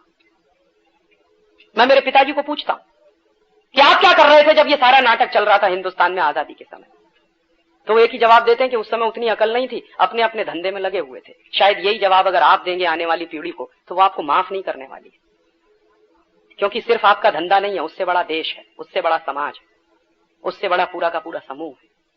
और ये देश नहीं रहेगा, समाज नहीं रहेगा तो आप कहीं नहीं रहने वाले हैं। और आप तो वैसे ही बर्बाद होने जा रहे हैं, भगवान न करे ऐसा हो, आप होने जा रहे हैं। 6-7 फर्में आ गई हैं अकाउंटेंट, आपके सबके खड़े करने वाली हैं आपको सड़क पे। विदेशी कंपनियां आ गई हैं इस देश में, चार्टर्ड अकाउंटेंसी की फर्में इस देश में आ गई हैं। और ये बात मुझे जयंत भाई बता रहे थे कि 6 फर्में आ गई हैं, उनके धंधे चालू हो गए। और उनके धंधे चालू हो गए तो आपके बड़े बड़े 30 मार्खा सड़क पे खड़े दिखाई दे रहे हैं। और अगर अभी भी सोते रहे तो हो सकता है आप सब सड़क पे खड़े दिखाई दे। तो मैं कहता हूं देश बचाने की लड़ाई आप लड़े न लड़े, लेकिन अपने आप को तो बचाने की लड़ाई लड़िए कम से कम। आप बर्बाद होने जा रहे हैं, इस देश में लॉयर्स बर्बाद होने जा रहे हैं, क्योंकि अब विदेशी फर्में आ रही हैं जो इस देश में कानून का धंधा करेंगी। उसके लिए परमिशन मिल गई है, विदेशी कंपनियों को हर क्षेत्र में परमिशन मिल रही है। तो वकील मरने जा रहे हैं, आप मरने जा रहे हैं, जितने प्रोफेशनल्स हैं इस देश में सब एक दिन सड़क पर खड़े दिखाई देंगे अगर आप अभी सोते रहेंगे तो। एक वाक्य है अंग्रेजी में, either you protest otherwise you will be perished. कोई दूसरा रास्ता है नहीं आपके पास। इसलिए कुछ करिए, और कुछ करिए तो क्या करिए। मैं कहता हूं कि कुछ नहीं कर सके तो छोटे छोटे काम करिए। बड़े काम आप नहीं कर सकते, छोटे छोटे काम करिए। कि जब आपको पता चल जाए कि सामने आपका दुश्मन खड़ा है आपको मारने के लिए, तो कम से कम इतना काम करिए कि दुश्मन को अपनी शक्ति देना बंद कर दीजिए। सच्चाई यह है कि अपने दुश्मन को पैसा हम ही दे रहे हैं। हम ही पेप्सी पीते हैं ना, हम ही कोका कोला पीते हैं, हम ही पैसा देते हैं अपने दुश्मन को। हम ही कॉलगेट खरीदते हैं, हम ही क्लोजअप खरीदते हैं, हम ही पैसा देते हैं अपने दुश्मन को। हम ही बाटा का जूता पहनते हैं, हम ही अपना पैसा देते हैं अपने दुश्मन को। तो अपने दुश्मन को हम खुद हमारे घर से पैसा दे रहे हैं, ये देना बंद कर दीजिए। कम से कम एक काम करिए, तो अपने घर में सारे विदेशी कंपनियों के सामान खरीदना बंद कर दीजिए। दूसरा छोटा सा मेरा निवेदन है कि इन विदेशी कंपनियों के जो शेयर्स अगर आपने कहीं खरीद रखे हो तो वो बंद कर दीजिए, क्योंकि आप ही के पैसे से आपको मारने का काम कर रहे हैं। तो उनके शेयर्स में आप पैसा इन्वेस्ट करना बंद करिए, डिवेंचर्स में आप पैसा इन्वेस्ट करना बंद करिए। और तीसरा एक छोटा सा निवेदन है कि इस ग्लोबलाइजेशन का एक सबसे खतरनाक पहलू है कल्चरल कॉलोनाइजेशन, टेलीविजन के माध्यम से जो चल रहा है। Zee TV, CNN, ATN, star TV, prime star, ESPN, 14-15 channels इस देश में आए हैं, सब ग्लोबलाइजेशन के नाम पर आए। और आपके घर घर में जो सत्यानाश हो रहा है वो अभी आपको दिखाई नहीं दे रहा। यूरोप में तो दिखाई देने लगा। 10-15 दिन पहले एक खबर आई थी ब्रिटेन की, 11 साल का बच्चा बाप बन गया है ब्रिटेन में। ये खबर है ब्रिटेन की, मेरी नहीं है, उनके देश की है। और 15 साल की उसकी पत्नी है जो मां बनी। तो 11 साल के बच्चे अगर बाप बनना शुरू हो जाएं और 15 साल की बच्चियां अगर मां बनना शुरू हो जाएं तो खतरे समझ लीजिए ग्लोबलाइजेशन के क्या हो सकते हैं। ये टेलीविजन जो आपके घर में भेज दिया गया है ग्लोबलाइजेशन के नाम पर, ये ग्लोबलाइजेशन नहीं कर रहा, ये आपके घर का सत्यानाश कर रहा है। और इस टेलीविजन ने अमेरिका के तमाम बच्चों को पहले ही बर्बाद कर लिया। यूरोप में भी बर्बादी आई। 17-18 देश मैंने देखे हैं यूरोप के। सामान्यतः हर देश में जाता था, वहां के सोशल साइंटिस्टों से जब भी मिलता था तो एक ही प्रश्न पूछता था कि आपके देश की सबसे बड़ी सोशल प्रॉब्लम क्या है। तो सामान्यतः हर जगह एक ही जवाब मिलता था कि राजीव भाई, हमारी सबसे बड़ी प्रॉब्लम है कि 10-12 साल की बच्ची मां बन जाती और शादी करने के पहले कम से कम 8-10 एबॉर्शन हो चुके होते। हमारे यहाँ मालूम नहीं है कि शादी करते समय जिससे हम शादी करने जा रहे हैं वो प्यूरिटन है कि नहीं। उनके यहाँ उस तरह का कोई कॉन्सेप्ट नहीं बचा और परिवार खत्म हो गया। और वो कहते थे कि हमारे बच्चों का बचपना खत्म हो गया है, हमारे बच्चे बचपन में ही जवान हो गए हैं। ये बहुत सीरियस बात है और ये सब कुछ हुआ है टेलीविजन के चक्कर में। अमेरिका में क्या हुआ है, मेरे 2 दोस्त हैं इस समय अमेरिका में, एक कमीशन काम कर रहा है, commission for civic renewal. Bill Clinton ने उसको बनाया है। उसमें 2 दोस्त हैं मेरे, उन्होंने अभी एक रिपोर्ट भेजी है, उसकी एक ही लाइन में आपसे शेयर कर रहा। 90 million American youths are spoiled due to television and cinema. 9 crore अमेरिकी बच्चे बर्बाद हो गए टेलीविजन और सिनेमा के चक्कर। और उन 9 करोड़ बच्चों में से 3 करोड़ बच्चे तो 100% सीजोफ्रेनिक हो चुके, पागल हो गए। उसी रिपोर्ट का एक दूसरा पार्ट है जो ये बताता है कि अमेरिका में दुनिया में सबसे ज्यादा ड्रॉप आउट चिल्ड्रन होते हैं हर साल। 6.5 लाख बच्चे वहां कक्षा 9 में फेल होते हैं हर साल। 6.5 लाख स्टूडेंट्स 9th में फेल होते हैं और इतने ही स्टूडेंट 10th में फेल होते हैं। पिछले 10 साल से अमेरिकन यूनिवर्सिटी में एक भी टॉपर नहीं निकला है जो अमेरिका का हो। सारे नॉन अमेरिकन वहां की यूनिवर्सिटी में टॉपर्स बन के निकल रहे हैं। कारण क्या है? टेलीविजन ने सत्यानाश कर दिया। वो टेलीविजन आपके घर में भी आ गया है और आपके बच्चों को बचपन से सिखा रहा है चोली के पीछे क्या है। चीज बड़ी है मस्त मस्त। ऐसे उल्टे सीधे गाने सीख सीख कर आपके बच्चे जवान हो रहे हैं। तो सोचिए कि क्या बनेंगे। पर चलते चलते बस एक बात कह रहा हूं कि मोहनदास करमचंद गांधी नाम का एक बच्चा था जिसने एक दिन हरिश्चंद्र का नाटक देखा। हरिश्चंद्र का नाटक देखने के पहले मोहनदास करमचंद गांधी झूठ भी बोलता था, चोरी भी कर लेता था कभी कभी। ये उन्होंने लिखा अपनी बायोग्राफी। लेकिन उसके बाद जिस दिन उन्होंने हरिश्चंद्र का नाटक देखा उसी दिन कसम खाई कि आगे से मैं कभी भी झूठ नहीं बोलूंगा, चोरी नहीं करूंगा और जिंदगी भर सत्य और अहिंसा के ही रास्ते पर चलूंगा। तो हरिश्चंद्र का नाटक देखकर अगर कोई बच्चा महात्मा गांधी हो सकता है तो आजकल के ये तारा, स्वाभिमान जैसे सीरियल्स देखकर आपके बच्चे क्या बनेंगे, जरा सोचिए 1 मिनट के लिए। और जो डिश एंटीना आपने अपने मनोरंजन के लिए लगवाया है, जो केबल कनेक्शन आपने अपने मनोरंजन के लिए लगवाया है, हो सकता है एक दिन ये आपके घर में आग लगा दे। वैसी ही जानकारी आपको आपके घर में मिले जो ब्रिटेन में मिल रही है। और देर हो जाए उससे पहले जरूरी है कि आप चेत जाएं। और तब मेरा आपसे आखिरी निवेदन है कि इस ग्लोबलाइजेशन के खिलाफ अगर लड़ना चाहते हैं तो अपने अपने घर का टेलीविजन ऑफ कर दीजिए, डिश एंटीना का कनेक्शन काट दीजिए। शायद आपके घर में ज्यादा शांति आएगी, ज्यादा सुकून आ जाएगा, आपके बच्चे ज्यादा अच्छे से पढ़ेंगे, आप भी अपने बच्चों के साथ कुछ समय बिता सकेंगे। आजकल क्या है, दादी बच्चे दोनों बैठ के टीवी देखते हैं। ना दादी बच्चे को कहानी सुनाती है, ना बच्चे को दादी से कहानी सुनने की फुर्सत है। और बिना कहानी सुने बच्चे का मानसिक विकास नहीं होता। कहानी बच्चे के मेंटल डेवलपमेंट के लिए बहुत जरूरी है। तो टीवी बंद कर दीजिए और अपने अपने बच्चों को चुन चुन कर अच्छी अच्छी कहानियां सुनाइए। हो सकता है वो इस देश के एक जिम्मेदार नागरिक बने। इस ग्लोबलाइजेशन के खिलाफ लड़ाई में आपसे कुछ मांगने आया हूं, वोट मांगने नहीं आया, कभी आऊंगा भी नहीं।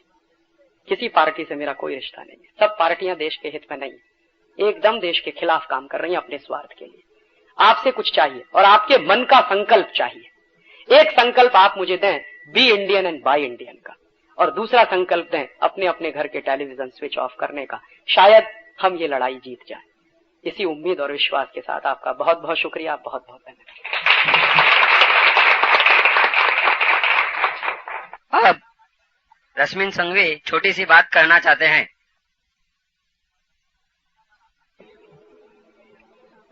ये ऑडियंस में ज्यादातर लोग मुझे नहीं पहचानते हैं, 3-4 फ्रेंड्स के सिवाय।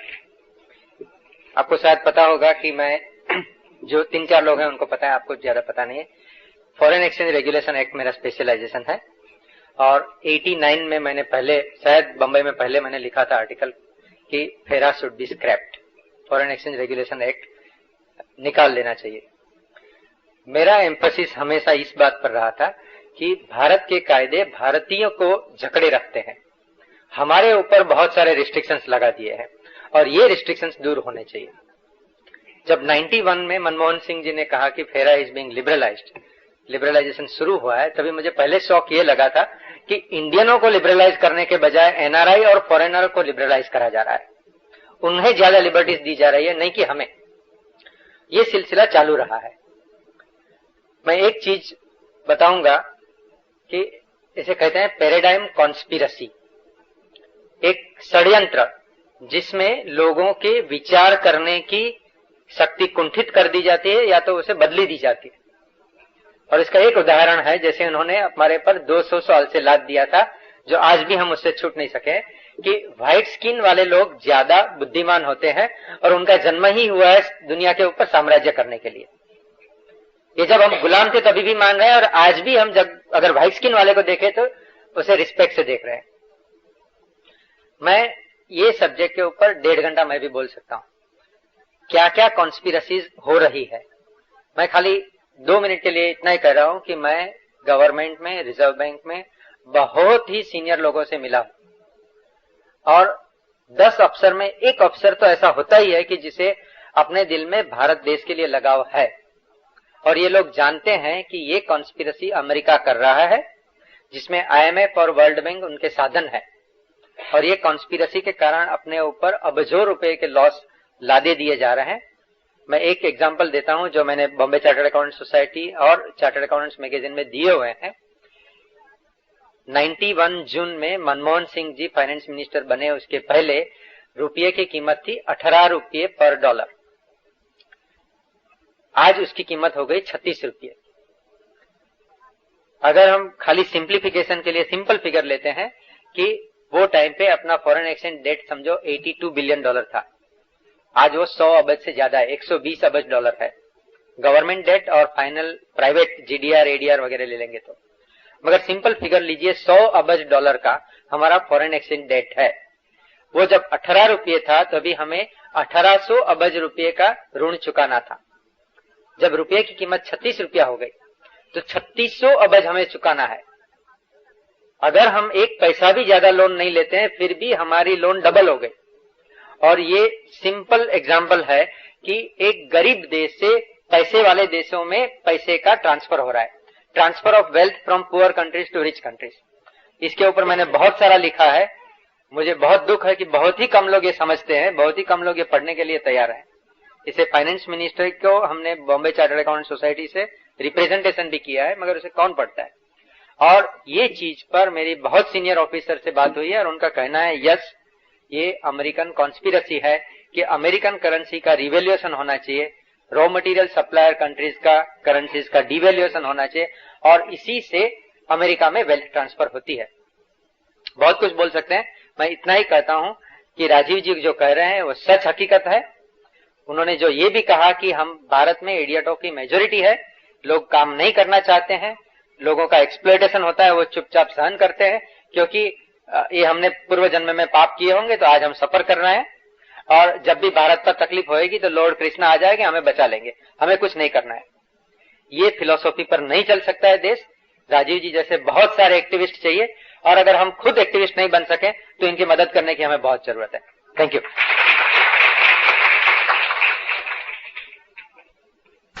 50 साल हो गए, फिर भी जब लड़ाई हुई थी तभी जर्मनी जापान सब खत्म हो गए थे और वो वापस ऊपर आ गए, they are developed. But after 50 years of independence we are still poor। इसमें बहुत एक इंटरेस्टिंग जवाब मैं देना चाहता हूँ। एक बार यही प्रश्न मैंने एक जापानीज से किया था। मैं शायद 91 में एक कॉन्फ्रेंस में गया था, तो एक जापानीज साइंटिस्ट थे, उनसे मैंने सवाल किया कि आपका देश बर्बाद हो गया था सेकेंड वर्ल्ड वॉर में और आपके ऊपर 2 एटम बम गिराए थे, आप कैसे वापस निकले उसमें से बाहर?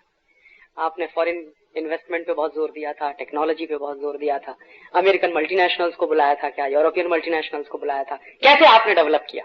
ये प्रश्न मैंने उनसे किया। तो उसने जो जवाब दिया वही मैं आपसे कह रहा हूँ। उसने कहा कि जापान को खड़ा करने में ना तो विदेशी पूंजी का कोई योगदान है, ना विदेशी टेक्नोलॉजी का कोई योगदान है, ना विदेशी कंपनियों का कोई योगदान है। जापान को हमने खड़ा किया है अपने संकल्प से और आत्मशक्ति से। जो उसने जवाब दिया वो मेरे दिल को इतना छू गया। उसने कहा कि अगर आप मुझे कुछ मार्क्स देने का काम करो तो विदेशी पूंजी, विदेशी टेक्नोलॉजी, विदेशी कंपनियां, इन सबको मैं सबसे आखिरी स्तर पे रखूंगा। पहली बार अगर मुझे चूज करना पड़े तो आत्मशक्ति और संकल्प, ये 2 चीजें सबसे जरूरी होती हैं देश को बनाने में। ये जापानीज लोगों में है। और जापान का फिर उन्होंने पूरा किस्सा सुनाया, कैसे जापान में 1950 से 70 तक स्वदेशी आंदोलन चला। बहुत कम लोग जानते हैं कि जापान में 1950 से 1970 तक एक आंदोलन चला जिसका एक ही मुहावरा था, be Japanese and buy Japanese. उसमें टागुची नाम का एक बड़ा भारी नेता था, उसी ने मुझे बताया कि टागुची का जापान में उतना ही सम्मान है जितना हमारे यहाँ महात्मा गांधी का। टागुची करता क्या था, अमेरिकन कंपनियों के सामान को अगर कहीं देखता था जापानीज बाजार में तो भड़क जाता था और वो कहता था कि हम जापानीज लोगों को मर जाना ज्यादा अच्छा है बनिस्बत अमरीकी सामान खरीदने के। इस तरह का उसने देश में एक तरह का सैलाब खड़ा कर दिया और जापान आज जो है वो उसी का परिणाम। ऐसे ही जर्मनी, फ्रांस में तो मैं अभी भी देखता था, जिन दिनों में मैं फ्रांस में रहता था, बच्चों को बचपन से, वहां फ्रांस में क्या होता है, स्कूल्स में जहां बच्चे पढ़ने जाते हैं हर ब्लैक बोर्ड पे सबसे ऊपर लिखा रहता be French and buy French, बचपन से। और वो फ्रांस भी ऐसे ही खड़ा हुआ है। फ्रांस को खड़ा करने में सबसे बड़ा योगदान है चार्ल्स द गॉल का। चार्ल्स द गॉल 1945 के बाद जब प्रेसिडेंट बना तो उसने पूरे फ्रांस को उल्टा कर दिया। क्या क्या किया उसने? फ्रांस को बर्बाद करने में सबसे बड़ी भूमिका चार्ल्स द गॉल मानता था किस चीज की है? टेलीविजन की। 1926 में फ्रांस में टेलीविजन आ गया था और आप शायद जानते होंगे कि 1914 और 1917 का जो फर्स्ट वर्ल्ड वॉर था उसमें फ्रांस एक विजेता था, फ्रांस की शक्ति थी। वही फ्रांस 1945 में पिट गया जर्मनी से। तो चार्ल्स द गॉल हमेशा उसका एनालिसिस करता था कि हम फर्स्ट वर्ल्ड वॉर में क्यों विजेता थे और सेकंड वर्ल्ड वॉर में क्यों हार गए। तो वो एक ही जवाब देता था कि फर्स्ट वर्ल्ड वॉर के बाद हम इतने मस्त हो गए कि फ्रांस को पता ही नहीं कि वो कर क्या रहा है। वहां सबसे पहला काम पब्स खुले, शराब के अड्डे खुले, फिर कैसीनोज खुले, फिर जुए के अड्डे खुले, उसके बाद नाटक कंपनियां खुली, सिनेमा, और 1926 में टेलीविजन भी आ गया। तो उसके बाद फ्रांसीसी पीढ़ी पूरी की पूरी उसी में डूब गई। 45 में जब जर्मनी ने अटैक किया फ्रांस के ऊपर, तो विद इन सम आवर्स पूरा का पूरा फ्रांस कैप्चर कर लिया गया। चार्ल्स द गॉल ने कसम खाई थी कि जब अगर मैं कुछ करूंगा तो सबसे पहला काम सिनेमा घरों में आग लगाऊंगा। 45 के बाद चार्ल्स द गॉल प्रेसिडेंट बना, सबसे पहला काम उसने सिनेमा घर तोड़वा दिए सबके सब। दूसरा काम उसने टेलीविजन का प्रसारण बंद करा दिया। तीसरा काम जितने कैसीनोज और पब्स खुले थे सब बंद करा दिए। और फ्रांसीसी लोगों में एक जुनून पैदा किया फ्रेंच कल्चर के प्रति, जो पूरी की पूरी पीढ़ी अमेरिकनाइज हो गई थी। जर्मन का पूरा इन्फ्लुएंस आ गया था फ्रांस पे, उसको उसने 10-15 साल में बिल्कुल खत्म कर दिया। और आज फ्रांस है, आज भी फ्रांस में एक भी अमेरिकन टेलीविजन कंपनी का कार्यक्रम आता नहीं। हमारे यहाँ कई लोग ये बहुत इडियोटिक एग्जाम्पल देते हैं, कहते हैं कि हम ऊपर से आने वाले उनको रोक नहीं सकते ट्रांसमिशन को। मैं एक टेलीकम्युनिकेशन के इंजीनियर के नाते कह रहा हूं कि हम रोक सकते हैं। फ्रांस रोकता, उनके 2 सैटेलाइट रात दिन यही काम करते हैं कि अमेरिका से जो भी वेव्स आते हैं, इलेक्ट्रोमैग्नेटिक वेव्स जो होते हैं, उन्हीं को खत्म करने का काम करता है। तो घुस नहीं पाता एक भी अमेरिका का कोई कार्यक्रम फ्रांस की टेरिटरी में। हम भी कर सकते हैं, उन्होंने वो किया और उसके बाद वो खड़े हो गए। आज भी फ्रांस में be French and buy French का जबरदस्त जुनून है। और ताजा उदाहरण में दूं रूस का।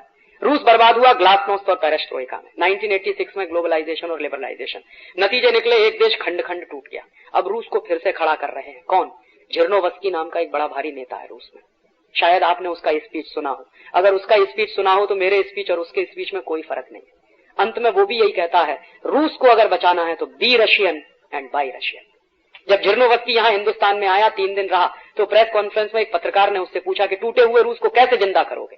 तो उसने कहा कि संकल्प शक्ति से, ना विदेशी पूंजी से, ना विदेशी टेक्नोलॉजी से, ना विदेशी कंपनियों से, संकल्प शक्ति से रूस को खड़ा कर देंगे। और हो सकता है कुछ दिन के बाद आपको लगे कि रूस फिर से एक हो गया।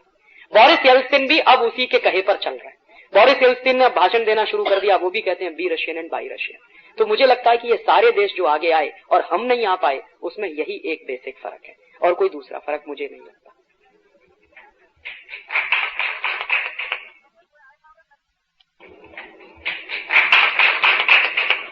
आपके पास राष्ट्रीय भाई ने कहा कि अमेरिका ये सब कंस्पिरेसी कर रहा है, जापान के साथ नहीं किया, फ्रांस के साथ नहीं किया, लेकिन ये सब कंस्पिरेसी के ऑब्जेक्टिव क्या हो सकता है?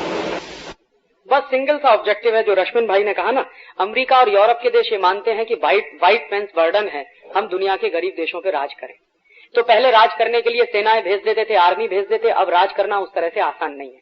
तो अब उन्होंने एक दूसरा तरीका अपनाया है कि वहां की सरकारें हमारे ही इशारों पर अगर चलें तो हमको आर्मी भेजने की जरूरत नहीं। वहां की पुलिस, वहां की मिलिट्री अगर हमारे लिए काम करे तो हमें हमारी आर्मी भेजने की जरूरत नहीं। तो अमेरिका आज भी उसी मानसिक उसमें अवसाद में घिरा हुआ है कि हमको सारी दुनिया पे राज्य करना है। पहले यूरोप इसमें घिरा हुआ था, अब अमेरिका घिर गया। तो सिंपल सा रीजन है। दूसरा एक और उससे ज्यादा महत्वपूर्ण कि अमेरिका और यूरोप में जो वेल्थ है, जो रश्मिन भाई ने कहा, इस वेल्थ को टिकाए रखना उनकी मजबूरी है। और इस वेल्थ को टिकाए रखना तभी संभव है जब गरीब देशों का एक्सप्लॉयटेशन होता रहे। जो कंजम्पशन का पैटर्न है अमेरिकन सोसाइटी में, यूरोपियन सोसाइटी में, अगर उतने कंजम्पशन का पैटर्न अगर हम करने लगे तो ये देश सत्यानाशी हो जाएगा। तो वो कंजम्पशन के पीछे नहीं लाना चाहते। तो आपको एक नए तरह का मुहावरा उन्होंने दे दिया कि तुम तुम्हारी जनसंख्या कम करो ताकि तुम्हारे यहाँ जो रिसोर्सेज बचे उनको हम खाएं। अमेरिका कभी भी ये नहीं कहता कि हम हमारे कंजम्पशन को कम करें, वो हमेशा आपको डिक्टेट करता है कि आप अपनी जनसंख्या कम करिए। तो पहला कारण तो मैंने बताया। दूसरा बड़ा कारण है कि उनके यहाँ जो वेल्थ है वो एक्सप्लॉयटेशन पे टिकी हुई है। और ये एक्सप्लॉयटेशन अगर बंद हो गया तो अमेरिका कॉलेप्स हो जाएगा, कुछ नहीं बचेगा, और यूरोप भी कॉलेप्स हो जाएगा। तो ये उनकी मजबूरी है कि वो उसी कॉलोनियल ऑर्डर को जो चलता रहा है पिछले 500 साल से बनाए रखना चाहते हैं। उसके क्लीशेज बदलते रहते हैं, ईडियम्स उसके बदल जाते हैं, कॉलोनियल ऑर्डर वैसा ही चलना चाहिए। तो ये दूसरा जवाब है उसका। कि सब लोग बर्बाद हो गए, टीवी देखे, उसने का टाइम नहीं मिलता है, वो लोग यूनिवर्सिटी में कोई टॉप नहीं आते, तो फिर इतना सारा सोच कैसे सकते हैं कि सब पूरे। ये एक इंटरेस्टिंग क्वेश्चन है कि अमेरिकन बच्चे बर्बाद हो रहे हैं, लेकिन अमेरिका में अभी भी कुछ लोग हैं। जैसे मैं आपको बताऊं, शायद आप में से बहुत कम लोग जानते होंगे कि CIA और पेंटागन में काम करने वाला कोई भी कर्मचारी टेलीविजन देखता नहीं और देख नहीं सकता। दूसरी बात, CIA और पेंटागन में काम करने वाले किसी भी आदमी को दुनिया के दूसरे देशों के बारे में जो जानकारियां दी जाती हैं वो अमेरिका के अपने तरीके की जानकारियां होती। और उनका जो दिमाग फ्रेम किया जाता है, जो स्टील फ्रेम उनका दिमाग बनाया जाता है, वो इसी के लिए कि आपको इन सबको डिस्ट्रॉय करना है। तो वो जो कनिंगनेस सिखाई जाती है, मक्कारी सिखाई जाती है, आपको बर्बाद कर देना है दूसरे देशों को जाके, वो उस लेवल पे चलता है। और अमेरिका में, पूरा अमेरिका नहीं, अमेरिका में अगर मैं मानूं तो उनकी 27 करोड़ की आबादी में मुश्किल से 1% लोग होंगे, मुश्किल से 1%, ये जो पूरी कॉन्स्पिरेसी में शामिल होते हैं, मुश्किल से 1%। बाकी सारी अमेरिकन प्रजा कॉन्स्पिरेसी में शामिल नहीं। 1% लोग हैं जिनमें लॉरेंस समर्स हैं, या बिल क्लिंटन होंगे, या रोनाल्ड रीगन होंगे, या आपके ये क्या नाम है उनका अभी जो वुल्फनसन है, ये होंगे, या ऐसे कुछ 1% लोग हैं जो पूरी कॉन्स्पिरेसी में। और वो 1% लोग 50 साल की आगे की प्लानिंग करके चलते हैं, वो कभी भी दूसरी तरह की चीजें नहीं करते। और उनमें से एक व्यक्ति जो रह चुके हैं, मेरे अपने फूफा जी हैं जो उस नेटवर्क में रहे और अभी वहां से लौट के आए हैं, उनको अकल आ गई, बुद्धि आ गई, भगवान ने बुद्धि दे दी तो लौट आए। तो वो उनसे मैं किस्से सुनता हूं कि ये कैसे सब चीजें चलती है, तो वो जब सुनाते हैं तो मेरे रोंगटे खड़े हो जाते हैं कि कैसे चीजें चलती है। वो कभी दोबारा समय हुआ तो बताऊंगा कि अमेरिका में कॉन्स्पिरेसीज कैसे होती, कैसे बर्बाद किए जाते हैं देश। यार मैं ये पूछा कि अमेरिका के अंदर लोग कैसे सोच लेते हैं, तो क्या ये बात का सच्चाई है कि वहाँ की जो साइंटिफिक इंस्टीट्यूट है नासा, उसके अंदर 80% इंडियन, 60%, 80% तो नहीं, 60%। तो ये मैं पूछना चाहूंगा कि 60% जो नासा में काम करते हैं उनको हिंदुस्तान में क्यों लाया है? बिल्कुल लाना चाहिए। मैं तो इस मत का हूं कि इस देश में ऐसा एक कानून बना देना चाहिए कि अगर आपने हिंदुस्तान के पैसे बर्बाद किए हैं साइंटिस्ट बनने में, तो आप बाहर जाइए, पढ़कर आइए, उसके बाद आप वहां नौकरी नहीं कर सकेंगे, वापस आके इसी देश में काम करना पड़ेगा। और यहाँ के साइंटिस्ट क्यों सोचते हैं कि हमें अमेरिका जाना है? सिंपल सा रीजन मैंने आपको बताया, धंधा, पैसा। पैसे के साथ साथ पैसा तो जिसका हिंदुस्तान में होगा शायद पूरी दुनिया में नहीं होगा। हो सकता है, आपकी बात सही, गणपति के ऊपर 2 करोड़ रुपए का सोना चला, एक बात सही है आपकी। उस तरह से अगर आप देखें तो शायद नहीं होगा दुनिया। लेकिन इससे भी ज्यादा बड़ी बात मैं आप मानता हूं, पैसे से ज्यादा बड़ी बात है मानसिक गुलामी। और वो मानसिक गुलामी क्या है? अमेरिका में जाके ही कुछ कर सकते हैं। अब जैसे मैं आपको नाम लेके कहूं, अच्छा नहीं लगता मुझे, डॉक्टर हरगोविंद खुराना, हिंदुस्तान में क्या कमी थी? जो रिसर्च वो कर रहे थे, उस रिसर्च को करने में इस देश में कोई कमी नहीं थी और करी ही ली थी पूरी। लेकिन मानसिक गुलामी इतनी जबरदस्ती खुराना साहब के मन में कि रिसर्च पेपर वहीं जाके प्रोड्यूस किया, यहां नहीं प्रोड्यूस किया। और फिर एज ए अमेरिकन साइंटिस्ट वो सारी दुनिया में पहचाने लगते हैं। सीवी रमन साहब, उनको कितना ऑफर किया था अमेरिका ने कि आप आ जाइए, यहां रहिए। सीवी रमन ने कहा कि मेरे पास जो भी टूटा फूटा एपरेटस है मैं यहीं करूंगा, जो करूंगा, तुम्हारे यहां नहीं आने वाला। और ऐसा ऑफर कितने लोगों को नहीं किया। तो ये जो मानसिक गुलामी होती है वो ज्यादा खतरनाक होती है। पैसे को मैं सेकेंडरी मानता हूं, मानसिक गुलामी उसमें प्राइमरी है। और इस मानसिक गुलामी में से बाहर लाना ही पड़ेगा लोगों को। और ये तभी आता है जब कोई एक बड़ा कैंपेन चलता है। हो सकता है ये स्वदेशी का कैंपेन अगर इस देश में खड़ा हो तो हम मानसिक गुलामी में से बाहर निकल आए। और मैं मानता हूं ये सबसे बड़ी सफलता होगी अगर हम इस मानसिक गुलामी में से उनको निकाल पाए।